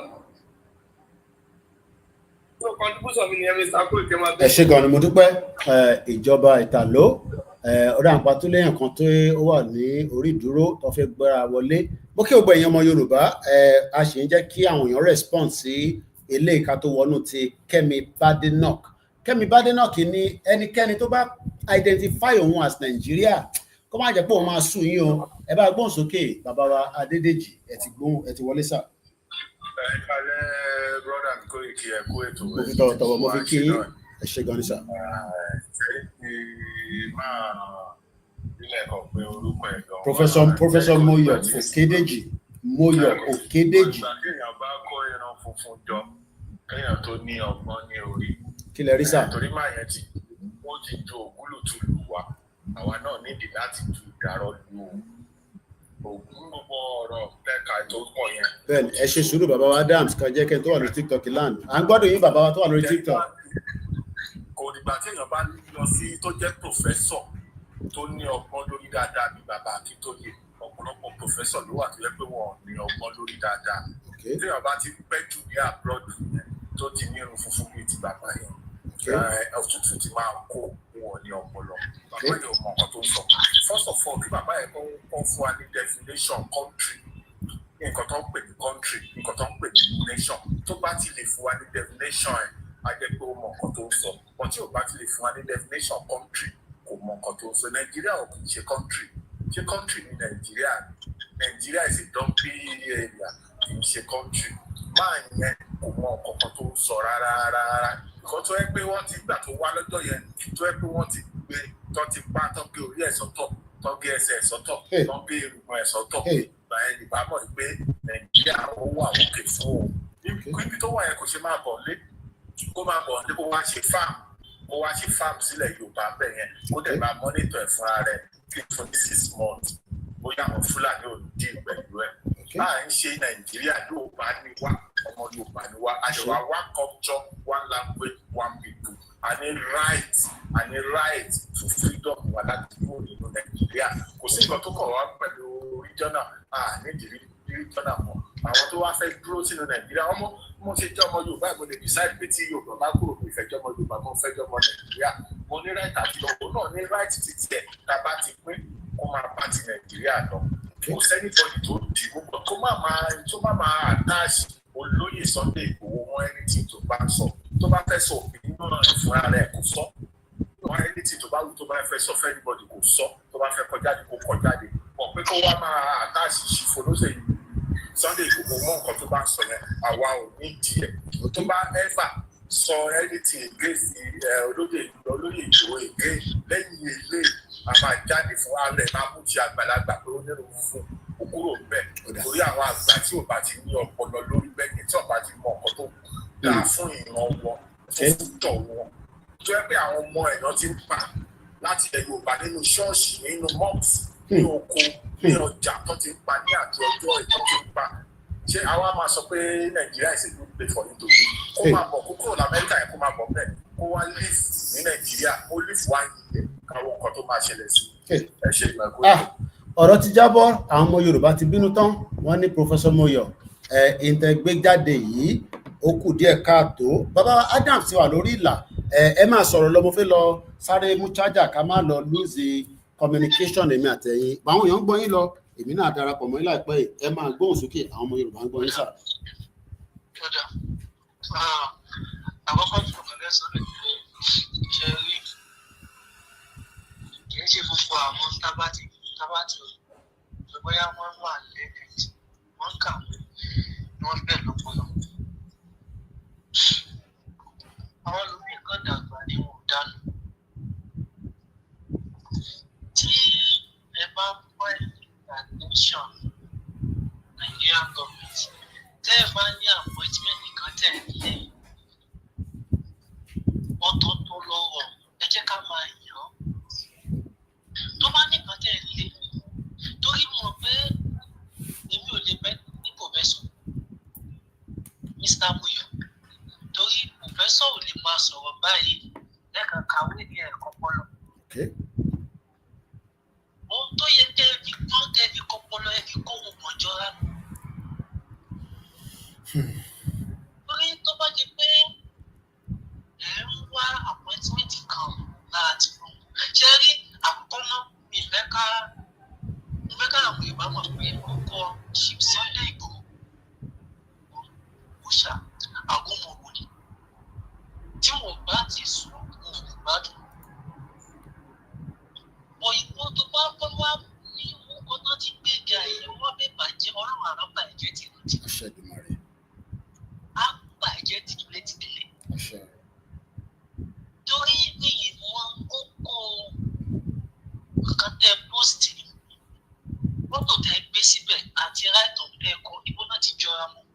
Òye náà ló ń yà mí lẹ́nu pé ààrẹ gómìnà tẹ kọ gbogbo tẹ kọ ọ̀rọ̀ gómìnà ò jáde ń bẹ̀. Ẹ dẹ̀ mú píkítọ̀ olóyè ẹjọ́ ẹ̀ mọ́ ti gómìnà àti Nnamdi Kanu. Ìyẹn náà ló yẹ mí náà lẹ́nu. Lọ́dọ̀ tèmi mo fẹ́ kàn wá ni pé wọ́n ń wá àtẹ̀yàn tí wọ́n ti mọ̀ pé tí wọ́n bá bá ti fi olóyè sí àwọn olè káṣà tẹ̀lẹ́ṣẹ̀ yẹn tẹ́ bá ní appointment tẹ́ wá lọ́dọ̀ Tinubu ẹ kó direct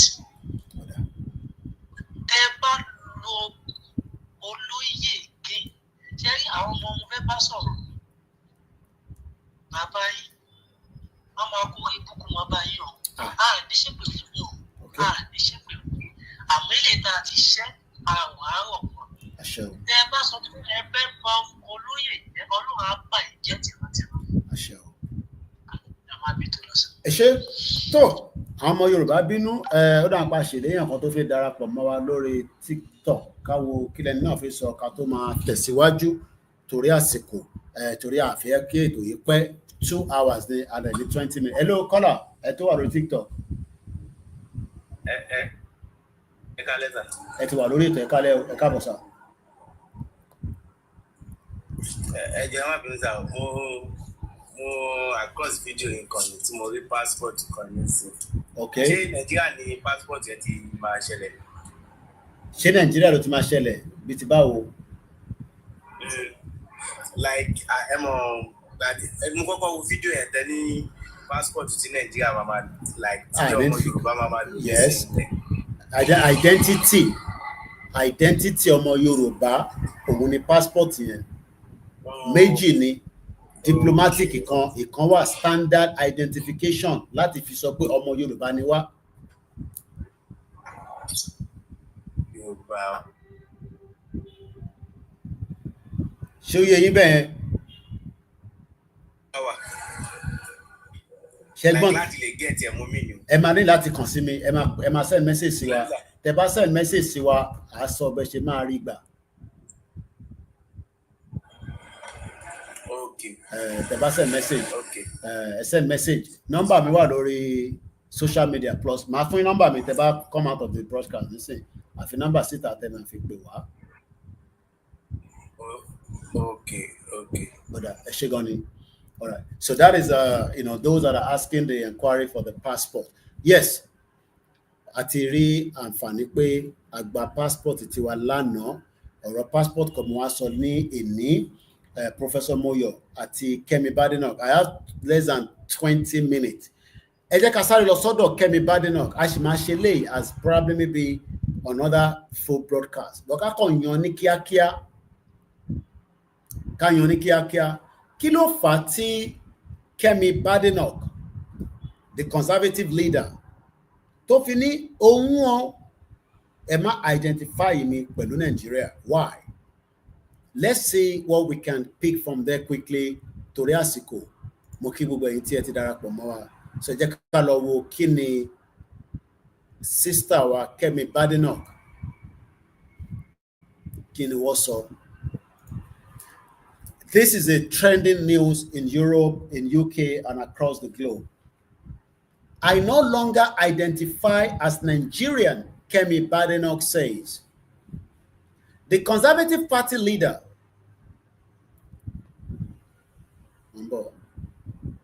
see if I can record these as well quickly.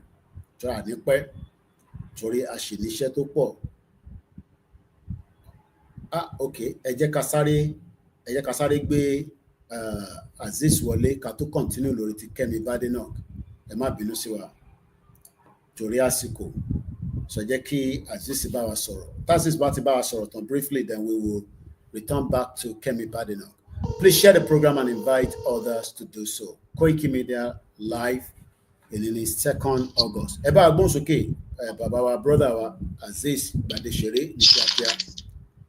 Media, gbogbo media. Brother mi, good afternoon to you. Ẹ káàbọ̀ sà, àlàáfíà sà. Kí gbogbo ọmọ Yorùbá o. Kí gbogbo ọmọ Yorùbá káàsán ẹ pọ̀lẹ̀ káàárọ̀ ní gbogbo rẹ́ẹ̀dì tẹ́ bá wà. Àbúrò ẹni ló ń sọ̀rọ̀ láti Miami East Dollar. Olùkọ́ tó ń sọ ń pa ẹ̀pà àbọ̀bọ̀ ṣé Professor Moyo ni àṣé Moyo ni àbí Mayor ni? Moyo. Professor Moyo. Okay, yeah.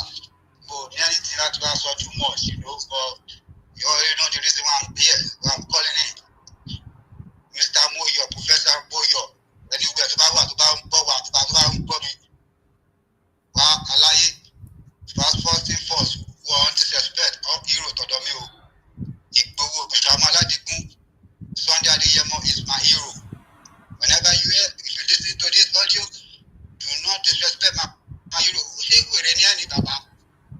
Professor Moyo Okediji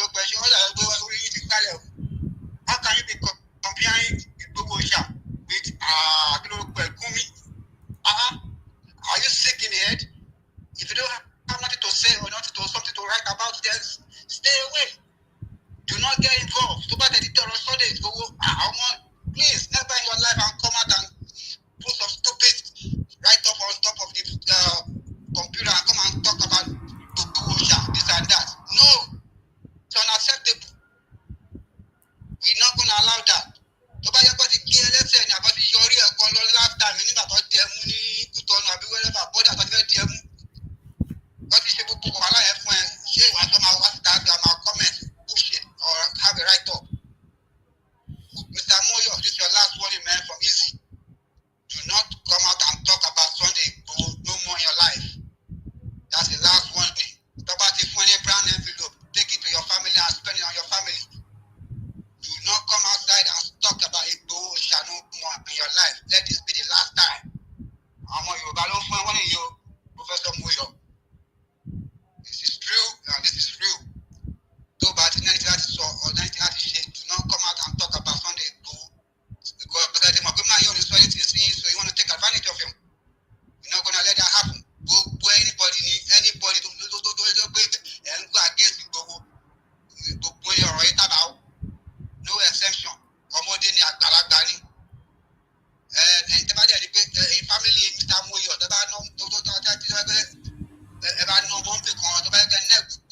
please tell your daddy or your father,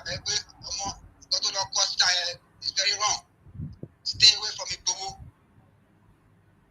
please, Mr. Moyo or Professor Moyo, stay away from it, let this be the last time. God bless the land and God bless my Yoruba people. Thank you, Mr. Koiki. God bless you. Baba tó òun náà ni bóyá kí a sọ ti Kẹ́mi Badenoch ká sọ ẹ́ di ìjọ míì àti rí àkọlé pé Kẹ́mi Badenoch ní kó má identify òun pẹ̀lú Nàìjíríà o bọ̀ ká fi sílẹ̀ lórí ti Professor Moyo. Bí mo ṣe sọ ìjà kọ́lá mú wá fún Professor Moyo, ìbéèrè àwọn ní tó yé wa náà ni àníkàwá bí wọ́n bí a tó bá tún ṣàtẹ̀jíṣẹ́ mi síta tá bá bá pàdé àmúwá fún gbogbo yín. Bàbá pastor ìyáwá pastor mọ́ ni ṣé olóyè Ìgbòho sọ fún Professor Moyo pé òun fẹ́ di gómìnà nonsense? Let's read some of the comments coming out of the broadcast this evening on the Koiki Media. Ká tó máa lọ torí àfẹ́yẹ́ kó ju 2 hours lọ. Mo kí gbogbo èèyàn wa. Mo kí Ọlákúnlé, mo kí àwa Ọláwùnmí, ẹ ṣé gan ni. Wọ́n deport Gumi bẹ́ẹ̀ ni ní 2025 ọdún yìí. Ọlákúnlé ní the same professor that was harassed in Nigeria coming in from Benin Republic bẹ́ẹ̀ ni that was in 2023. Adams Ọlámilékan ẹ ṣé gan ni. Mo kí gbogbo ẹ̀yin ọmọ Yorùbá nílé lóko. Prince Adébáyọ̀ Ṣítù ẹ ṣé gan ni o. Mo kí bàbá wa Gbàdàmọ́sí, mo kí ní Ghana, mo kí ní Benin Republic, ní Cotonou títí dé Pòbẹ́ Àjàṣẹ́ ní gbogbo ibi tọ́mọ Yorùbá ń bẹ ní Cotonou pé Cotonou ní Benin Republic. Happy independence and once again mo kí gbogbo àwọn ọmọ Yorùbá. Ẹ̀gbọ́n mi Yẹmí Fátókí mo kí yín. Ajíbọ́lá mo kí yín o. Ẹni good evening and well done. Mo kí brother wa Yẹmí Fátókí. Mo kí ẹ̀yin tẹ́ wà lórí Facebook. Mo dúpẹ́ lọ́wọ́ gbogbo ẹ̀yin tẹ́ darapọ̀ mọ́ lórí Twitter space and Twitter and Instagram tonight as well. So gbogbo ẹni tó bá mọ Professor Moyo pé kò yé wa ní o tí wọ́n mú Ìgbòho àti Gumi, àmọ́ tí Ìgbòho jẹ́, àmọ́ tó ń jà fún, àmọ́ tí Nnamdi Kanu ń jà fún, àmọ́ terrorist ni Gumi. Kí ni ìdí tí ẹ ṣe kó Ìgbòho àti Gumi?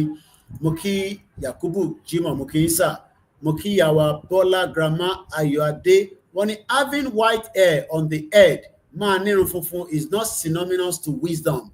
Being a professor and slaving in a foreign country is the height of foolishness.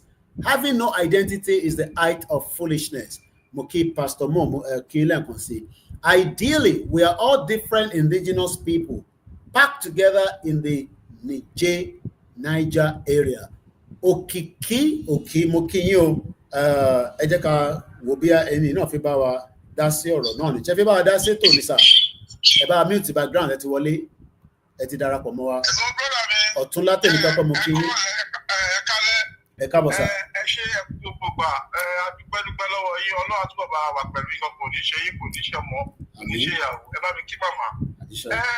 ẹ jọ lórí ètò táwa yìí o Professor Moyo ẹbí o mọ nǹkan tẹ́ sọ ọ bọ mo kàn gbọ́ díẹ̀ nú ẹ̀ ni anybody ẹ má fi olóyè ẹ má fi wé ẹni gunmi kankan òkùnkùn àtìmọ́lẹ̀ kò ń ṣe kankan náà o gbogbo wa la mọ̀ nǹkan tó ń ṣẹlẹ̀ ní Nàìjíríà so olóyè kẹ̀dẹ̀rẹ́ bó ṣe wà yẹn lẹ́yìn Ọlọ́run tó dá gbogbo wa àwọn kan wà tó yẹ pé olóyè ẹ̀mí atẹ́kùn olóyè làwọn ẹlòmíì fi mí so èèrà ọgbọ́dọ̀ rí olóyè bó ṣe wà yìí o kó ní kálukú ẹ jẹ́ kó rí wa pé bá ṣe wà yìí o ẹ fi ẹni yìí sílẹ̀ o ẹ fi tẹ́ ìbá lè help wa ẹ jọ torí Ọlọ́run ẹ má dá sí struggle wa ẹ ṣáà fi wá sílẹ̀ bá ṣe ara ṣe yìí ẹ jọ torí Ọlọ́run ní kú anybody o but ẹ jọ torí Ọlọ́run ẹ bá folóyè lọ́rùn sílẹ̀ o ẹ máa bẹ́tẹ̀ lọ sà. ẹ ṣé gan ni fáfàdé yìí tí ẹ ṣe ń darapọ̀ pé mọ̀bí tí ètò yẹn wá Professor Moyo released an article on the Facebook yesterday and he was talking about why name change.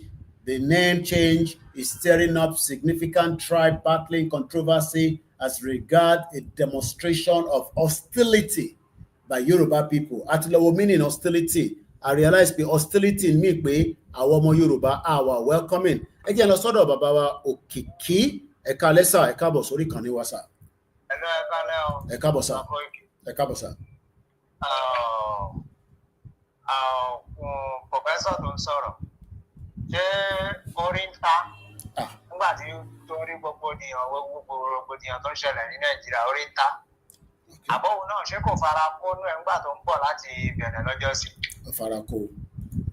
Ẹ wo ibi kí tó ó lè wà lórí ètò ọ̀gbẹ́ni Professor jẹ́ kó rí ẹ pé o àwa ẹni tó fẹ́ máa ṣẹnu wọ̀jọ̀wọ̀jọ̀ sí yàn àwa ò fi ṣeré o tó bá fẹ́ kàn nínú iyọ̀ Ìgbòho ọ̀run kò ní rányàn iṣẹ́ kéèyàn tó ń jà fún o iṣẹ́ tó ṣiṣẹ́ sílẹ̀ òun làwa èèyàn máa fi dìde sí ọ̀rọ̀ ẹ̀ ẹ̀yin olórí ẹ máa gbègbè ọ̀rọ̀ yìí ti gbègbè kan ẹ̀yin olórí burúkú bẹ̀bẹ̀ sí ẹ̀dá gbogbo ìwé òṣì tẹ́lẹ̀ kànáà ẹ fi ń dalẹ̀ Yorùbá rú ni òkú ló máa pa gbogbo yín tẹ́ bá ti ń tẹnu bọ̀ ọ̀rọ̀ Ìgbòho tẹ́ ìdán sinmi sójú kan òkú ló máa pa ẹnu bí wàá wọ mọ́tò kò ní délé tẹ́lẹ̀ olórí burúkú ni ẹ máa gbé tó lọ ọ̀rọ̀ yìí ti gbègbè báyìí. tó Professor Moyo àwọn ọmọ Yorùbá ń béèrè pé kí ni olóyè Ìgbòho ṣe fún yín tẹ́ fi wá join ní terrorist pẹ̀lú ẹni tó kì í ṣe terrorist ẹ̀ṣẹ̀ wo olóyè ṣe fún yín ṣé olóyè gbàyàwó yín ni àbí ẹjọ́ dàwó papọ̀ torí ọ̀rọ̀ yóò yé wa ẹ ti gbóhùn sókè Bishop Adesina Ọlọ́run ajá rí yín pẹ́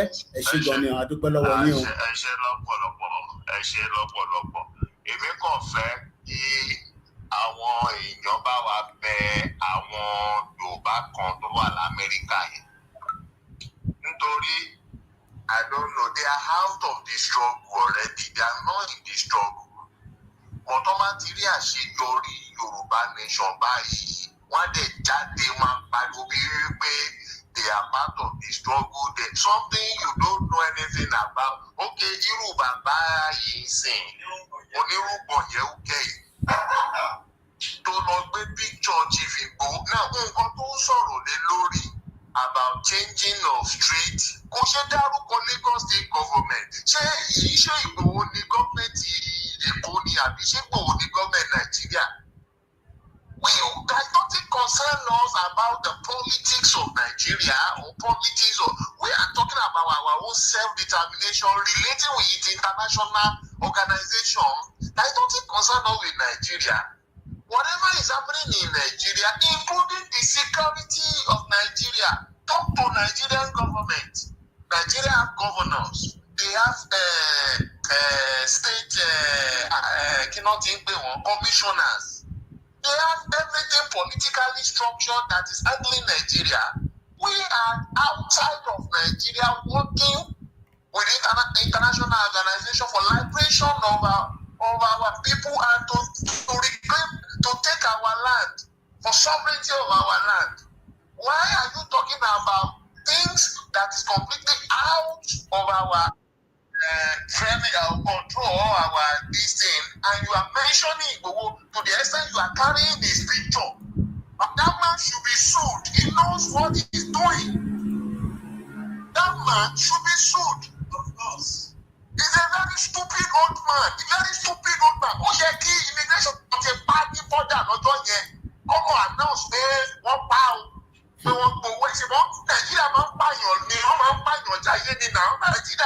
èèyàn jáde ní náà wọ́n pa olóyún wọ́n pa everybody tó ń dọ̀rọ̀ lóhùn pa tó jẹ́ pé owó ẹ̀ lọ́rọ̀ mú irú àwọn eléyìí ó yẹ kó ti pa náà ó mọ̀ wípé Nàìjíríà ṣe irú kan bẹ́ẹ̀ yẹn fóun and is a Yoruba person ó escape ó tún sọ nínú publication pé he will never return to Nigeria again ó wá sí America nǹkan ló sọ rubbish nípa àwọn èèyàn tó ń jà fún safety and liberation of nǹkan tó ṣẹlẹ̀ nínú gọ́ọ̀mẹ̀ntì Nàìjíríà gan we don't have power or authority over it.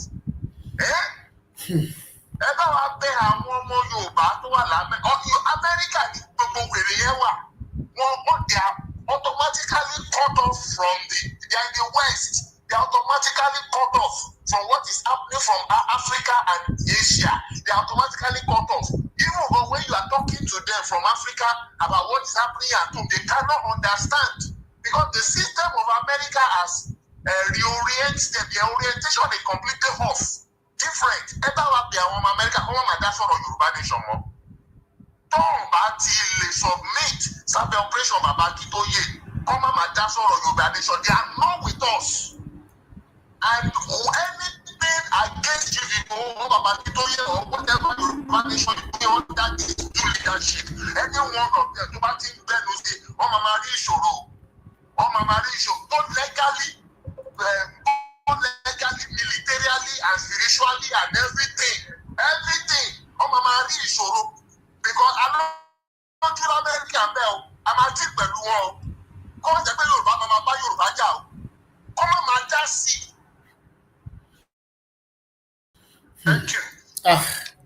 Tó mo kí Bishop Adesina, mo kí Pastor Agboola, gbogbo náà lè máa rí bá ṣe gba passport wa ti presentation ẹ̀ bọ̀. Brother mi náà fi dá sí láti America. Àwọn ọmọ Yorùbá náà ni mo gbé wá fún pé kọ́bá mi wá gbé ọ̀rọ̀ yìí yẹ̀ kò yé mi náà ni mo ṣe tètè gbé wá ẹ̀ka lẹ́sà ẹ̀gbọ́n mi Túndé ọlájẹrin yín pẹ́ ẹ bá gbóhùn sókè kí lẹ fi bá wa dá sọ̀rọ̀ ti Professor Moyo àdúgbò yín náà lamẹ́ríkà ń bẹ̀ náà bàbá yẹn wà ẹ ti gbọ́ gbogbo àlàyé tá a ṣe látàárọ̀ ẹ bá wa dá sísà.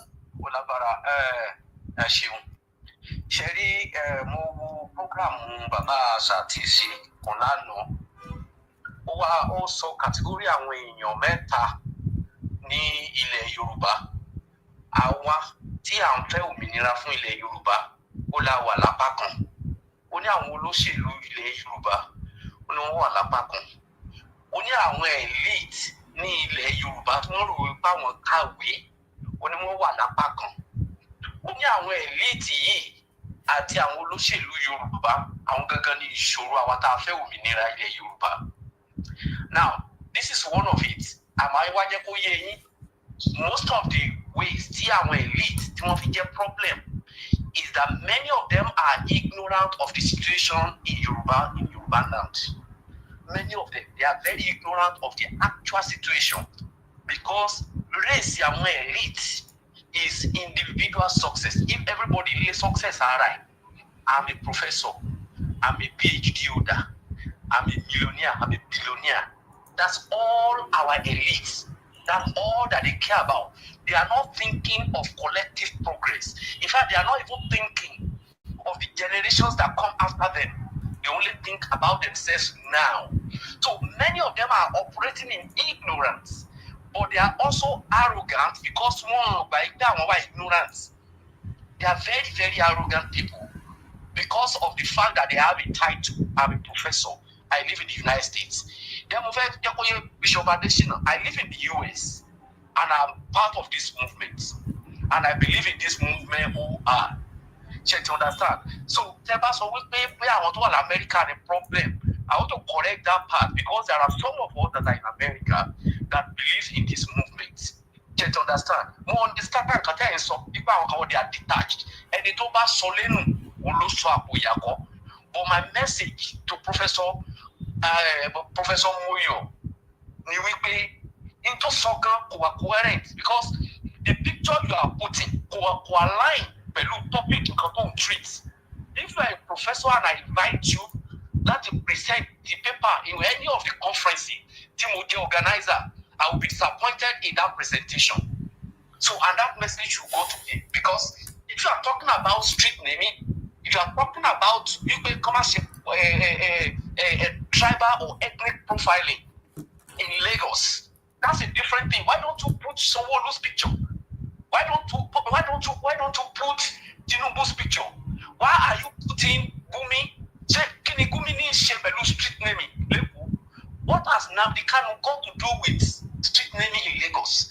And if we are putting Nnamdi Kanu and Oloye Igbo because they are agitating, maybe because you are equally going into regionalism part of your message. That's the reason agitation. If we don't want to put them down, why are you putting Gumi? Is Gumi in any agitation? Is Gumi for self-determination? Okay, can I just say what? No one knew Gumi at Nnamdi Kanu at Oloye Igbo. And these are the questions that he needs to answer, because many of them are arrogant and they are very ignorant, and they need to be taught. If they are ignorant people,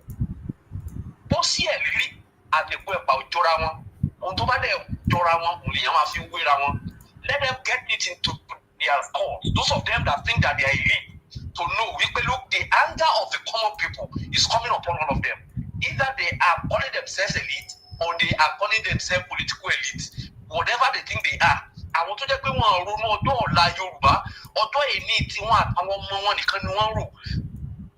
you, all of them. God bless you.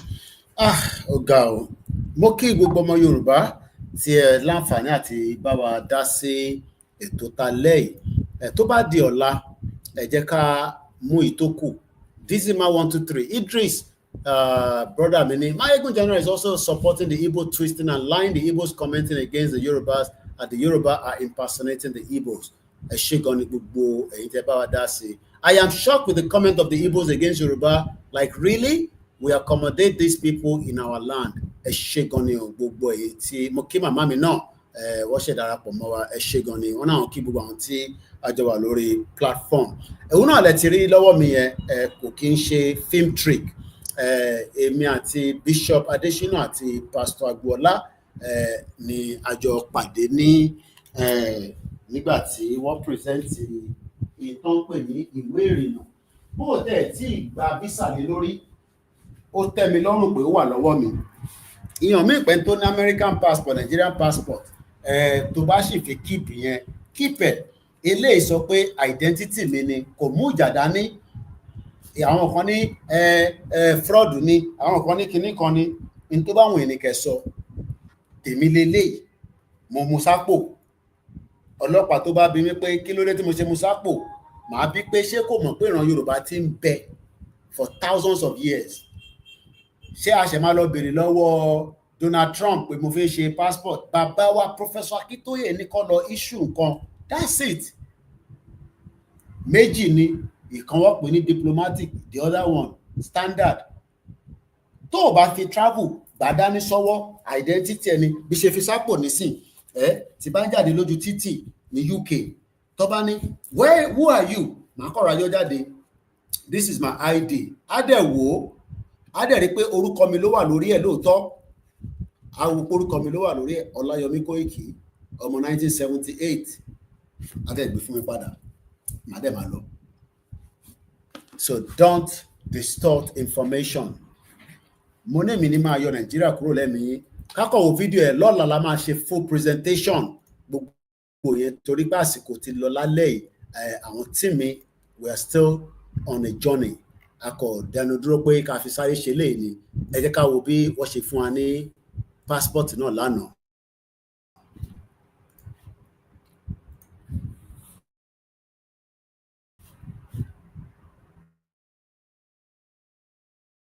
August 2025.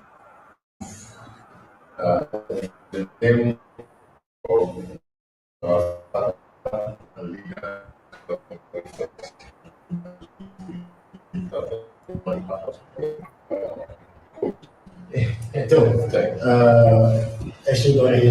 Bishop, I'm happy to receive the Yoruba nation.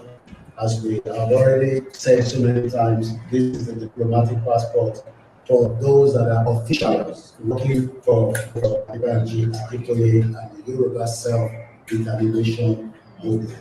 Moki ìyẹn ẹ̀kúṣẹ́ takuntakun ẹ̀ṣẹ̀ lọ́nà bishop inú mi dùn pé mo láǹfààní finally I've received the All Representation People's Organization UNPO. Thank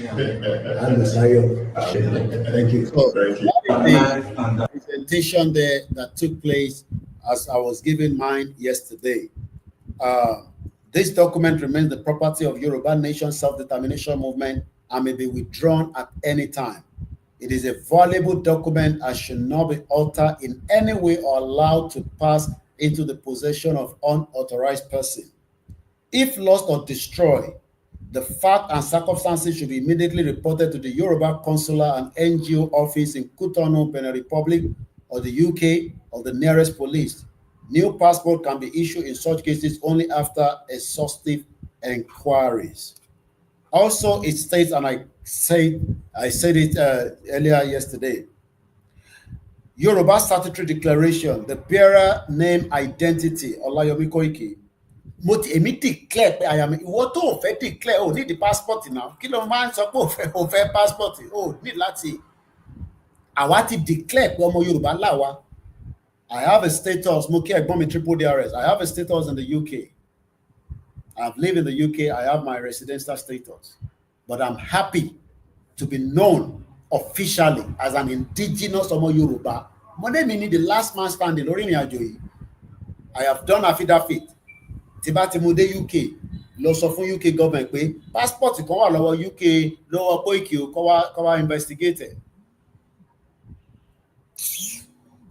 The bearer name identity declare indigenous Yoruba person and ethnicity. Kò ń ṣe Igbo, mo ń ṣe Igbo, mo ń ṣe Hausa, mo dẹ̀ ń ṣe Fulani. So àmọ́ bí tí Pastor Moyo àbí Professor Moyo lè lọ pera wọn. The southwestern part of Nigeria, we are not a full declared country, but we still have the right to issue our own identity. Are those whom it may concern to allow the bearer to pass freely without any hindrance, to afford him or her every assistance and protection which he may stand in need. The bearer identity and citizenship is preserved by Article 1, Article 3 of international law. Through self-determination, the right must be respected. Okay? When I get back to UK, even if I don't use it to apply for visa, it is still my own document and the ID to indicate that I am a true indigenous son of Yoruba land. We take the last call from the Yonkan Yoruba Nation Christian Association, Pastor Agbola. We were together yesterday, and I pray that there will be more engagement among every one of us. Everybody, okay, Pastor Agbola.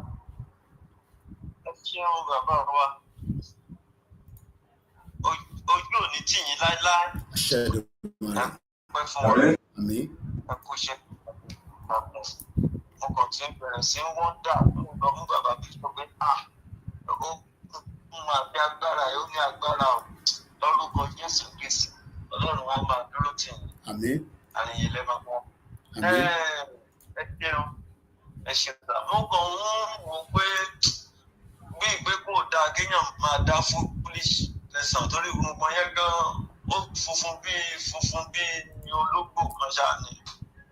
So can do you have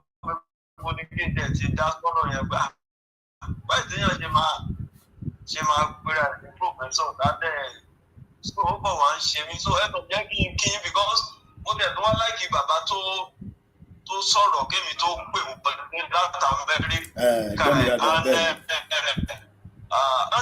the imagination because what was America I know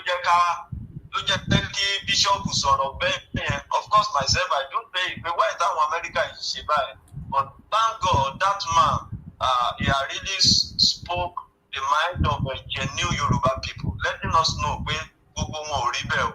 So on behalf of my dear Bishop, America, I must know how to pay. So you know that the thing, but because I'm fed on the way keep going, Of course, we have been mentally so much colonized and slave. But téèyàn bá tẹ̀ wá ní ìpòǹgbẹ láti mọ̀ tó ṣègbó yẹn bá dáa. Just like the man said, that arrogance yẹn tó ti wà lára wọn yẹn kò jẹ́ kó fẹ́ mọ worthless. Wọ́n máa ń bí ìwọ́n ti mọ̀ tán. Meanwhile, they are ignorant of it. So àwọn èèyàn ti dá bàbá yẹn lóhùn. Ọlọ́run adẹ́rànmọ́ lọ́wọ́ jẹ́ kó change. Àwa ń tẹ̀síwájú positive agenda làwa focus lé lórí. Mo dẹ̀ mọ̀ pé all of them we are going to wake up one day abára wa nù Yorùbá nation. Already àwa kan ti mọ̀ àti wà ń bẹ̀ already. But ó lè máa dàbí òkú lójú wọn. Because ẹni tó gbé nǹkan tẹ́ gbé dání yẹn dáadáa mọ̀ pé yes, I'm already at home. Passport yẹn. Ẹ ṣé gan ni. Ẹ pẹ́ fún wa. Ẹ ṣé gan ni. Àní ẹ̀lẹ́ máa rí púpọ̀ ọmọ Yorùbá akínyín ẹ kú jẹ́. Ẹ ṣé gan ni. Bí gbogbo bá ṣe dìde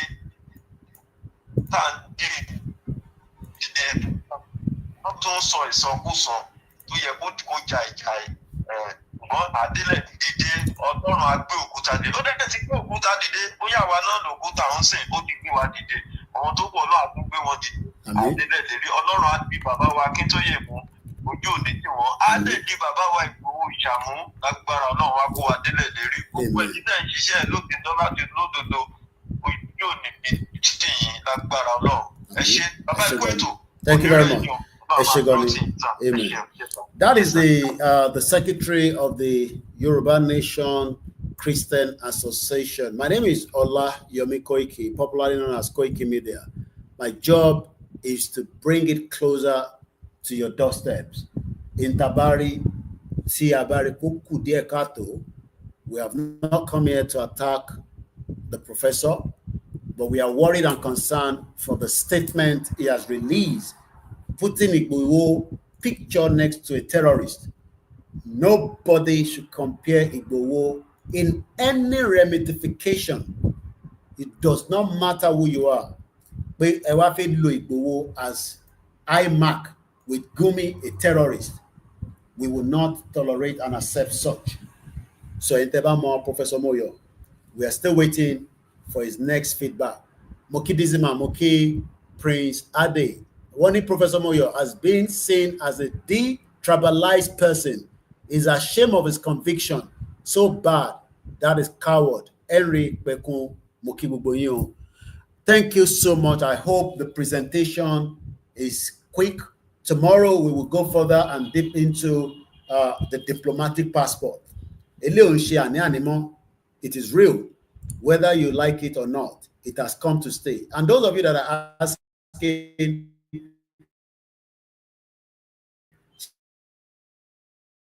passport, yes, this is not AK-47. This is not exit the contraction. Thank you so much, Bishop Adeshino. Thank you so much. Also, Babawa, Pastor Agbola. Thank you so much to Kayode Emola, because many people want this thing not to happen. So what I've done a lot of time is try to portray the image of the passport as something that is wrong to be presented to Yoruba people. It has come, and nobody can take it away from us. Koshidodon Tobafe, Kemi Badenoch has said it. She does not want to be identified as Nigerian. I am also saying I don't want to be identified as Nigerian. I am a Yoruba person. I am proud to be a Yoruba person. And the only thing that can add value to me as a Yoruba person is this identity. I can have 3 dual citizenship until finally Nigeria will collapse. So tomorrow we will expatiate on it because the team were still traveling. There's a lot. But when very quick, they have different numbers to different consular in South Africa, one that represent Europe, UK, America. If you reach out to me, I will give you the numbers, because each country and each part of the world ó easy láti bẹ́ni tó wà níbẹ̀ sọ̀rọ̀. If you're in the UK, you speak to somebody in the UK. If you're in the homeland, ó láwọn tẹ́ máa bá sọ̀rọ̀. You must also have a Ruba account. Gba Naira. Naira ò kì í ṣe official owó ilẹ̀ Yorùbá tá fi ná. Naira is still operating, but you must have a Ruba account. You don't have a Ruba account, there's no way you can also have this. You must be prepared. My own affidavit is there. So what about no Yoruba nation? You might not want to have it now and wait until the country is fully declared. But our country believe that we are already have a country and we are forging ahead. And you know, and response because most of you are time wasters. I want to America support Yoruba nation, like I always say to Bishop, but we also know that people like Professor Moyo sat down there and tried to portray Igboho as what? You wrote an article. Everything you wrote has nothing to do with Igboho, has nothing to do with whatever Igboho is doing. Igboho, no official governor. He wants to remain as somebody fighting for the insecurity in Yoruba land and the right to self-determination. And I'll leave it like that tonight. Thank you so much. God bless you all. Please remember to support us on this platform. Very, very important. All donation is voluntary. Moki buboyon asheyi lamashe. Ni shashiti laye wa. Moki bubo pata latori ikoni wa Koiki Media. There is a lot that we're still going to unbundle. There's a lot that we've done in Benin Republic so far. But love the program, share it. Anybody use my video, we want to make sure that you have the credit to Koiki Media, and that is very, very important. If not, the show might be flagged down. Have a blessed evening and enjoy the rest of the day. My name is Olami Koiki. Koiki Media, bringing the work closer to your doorstep.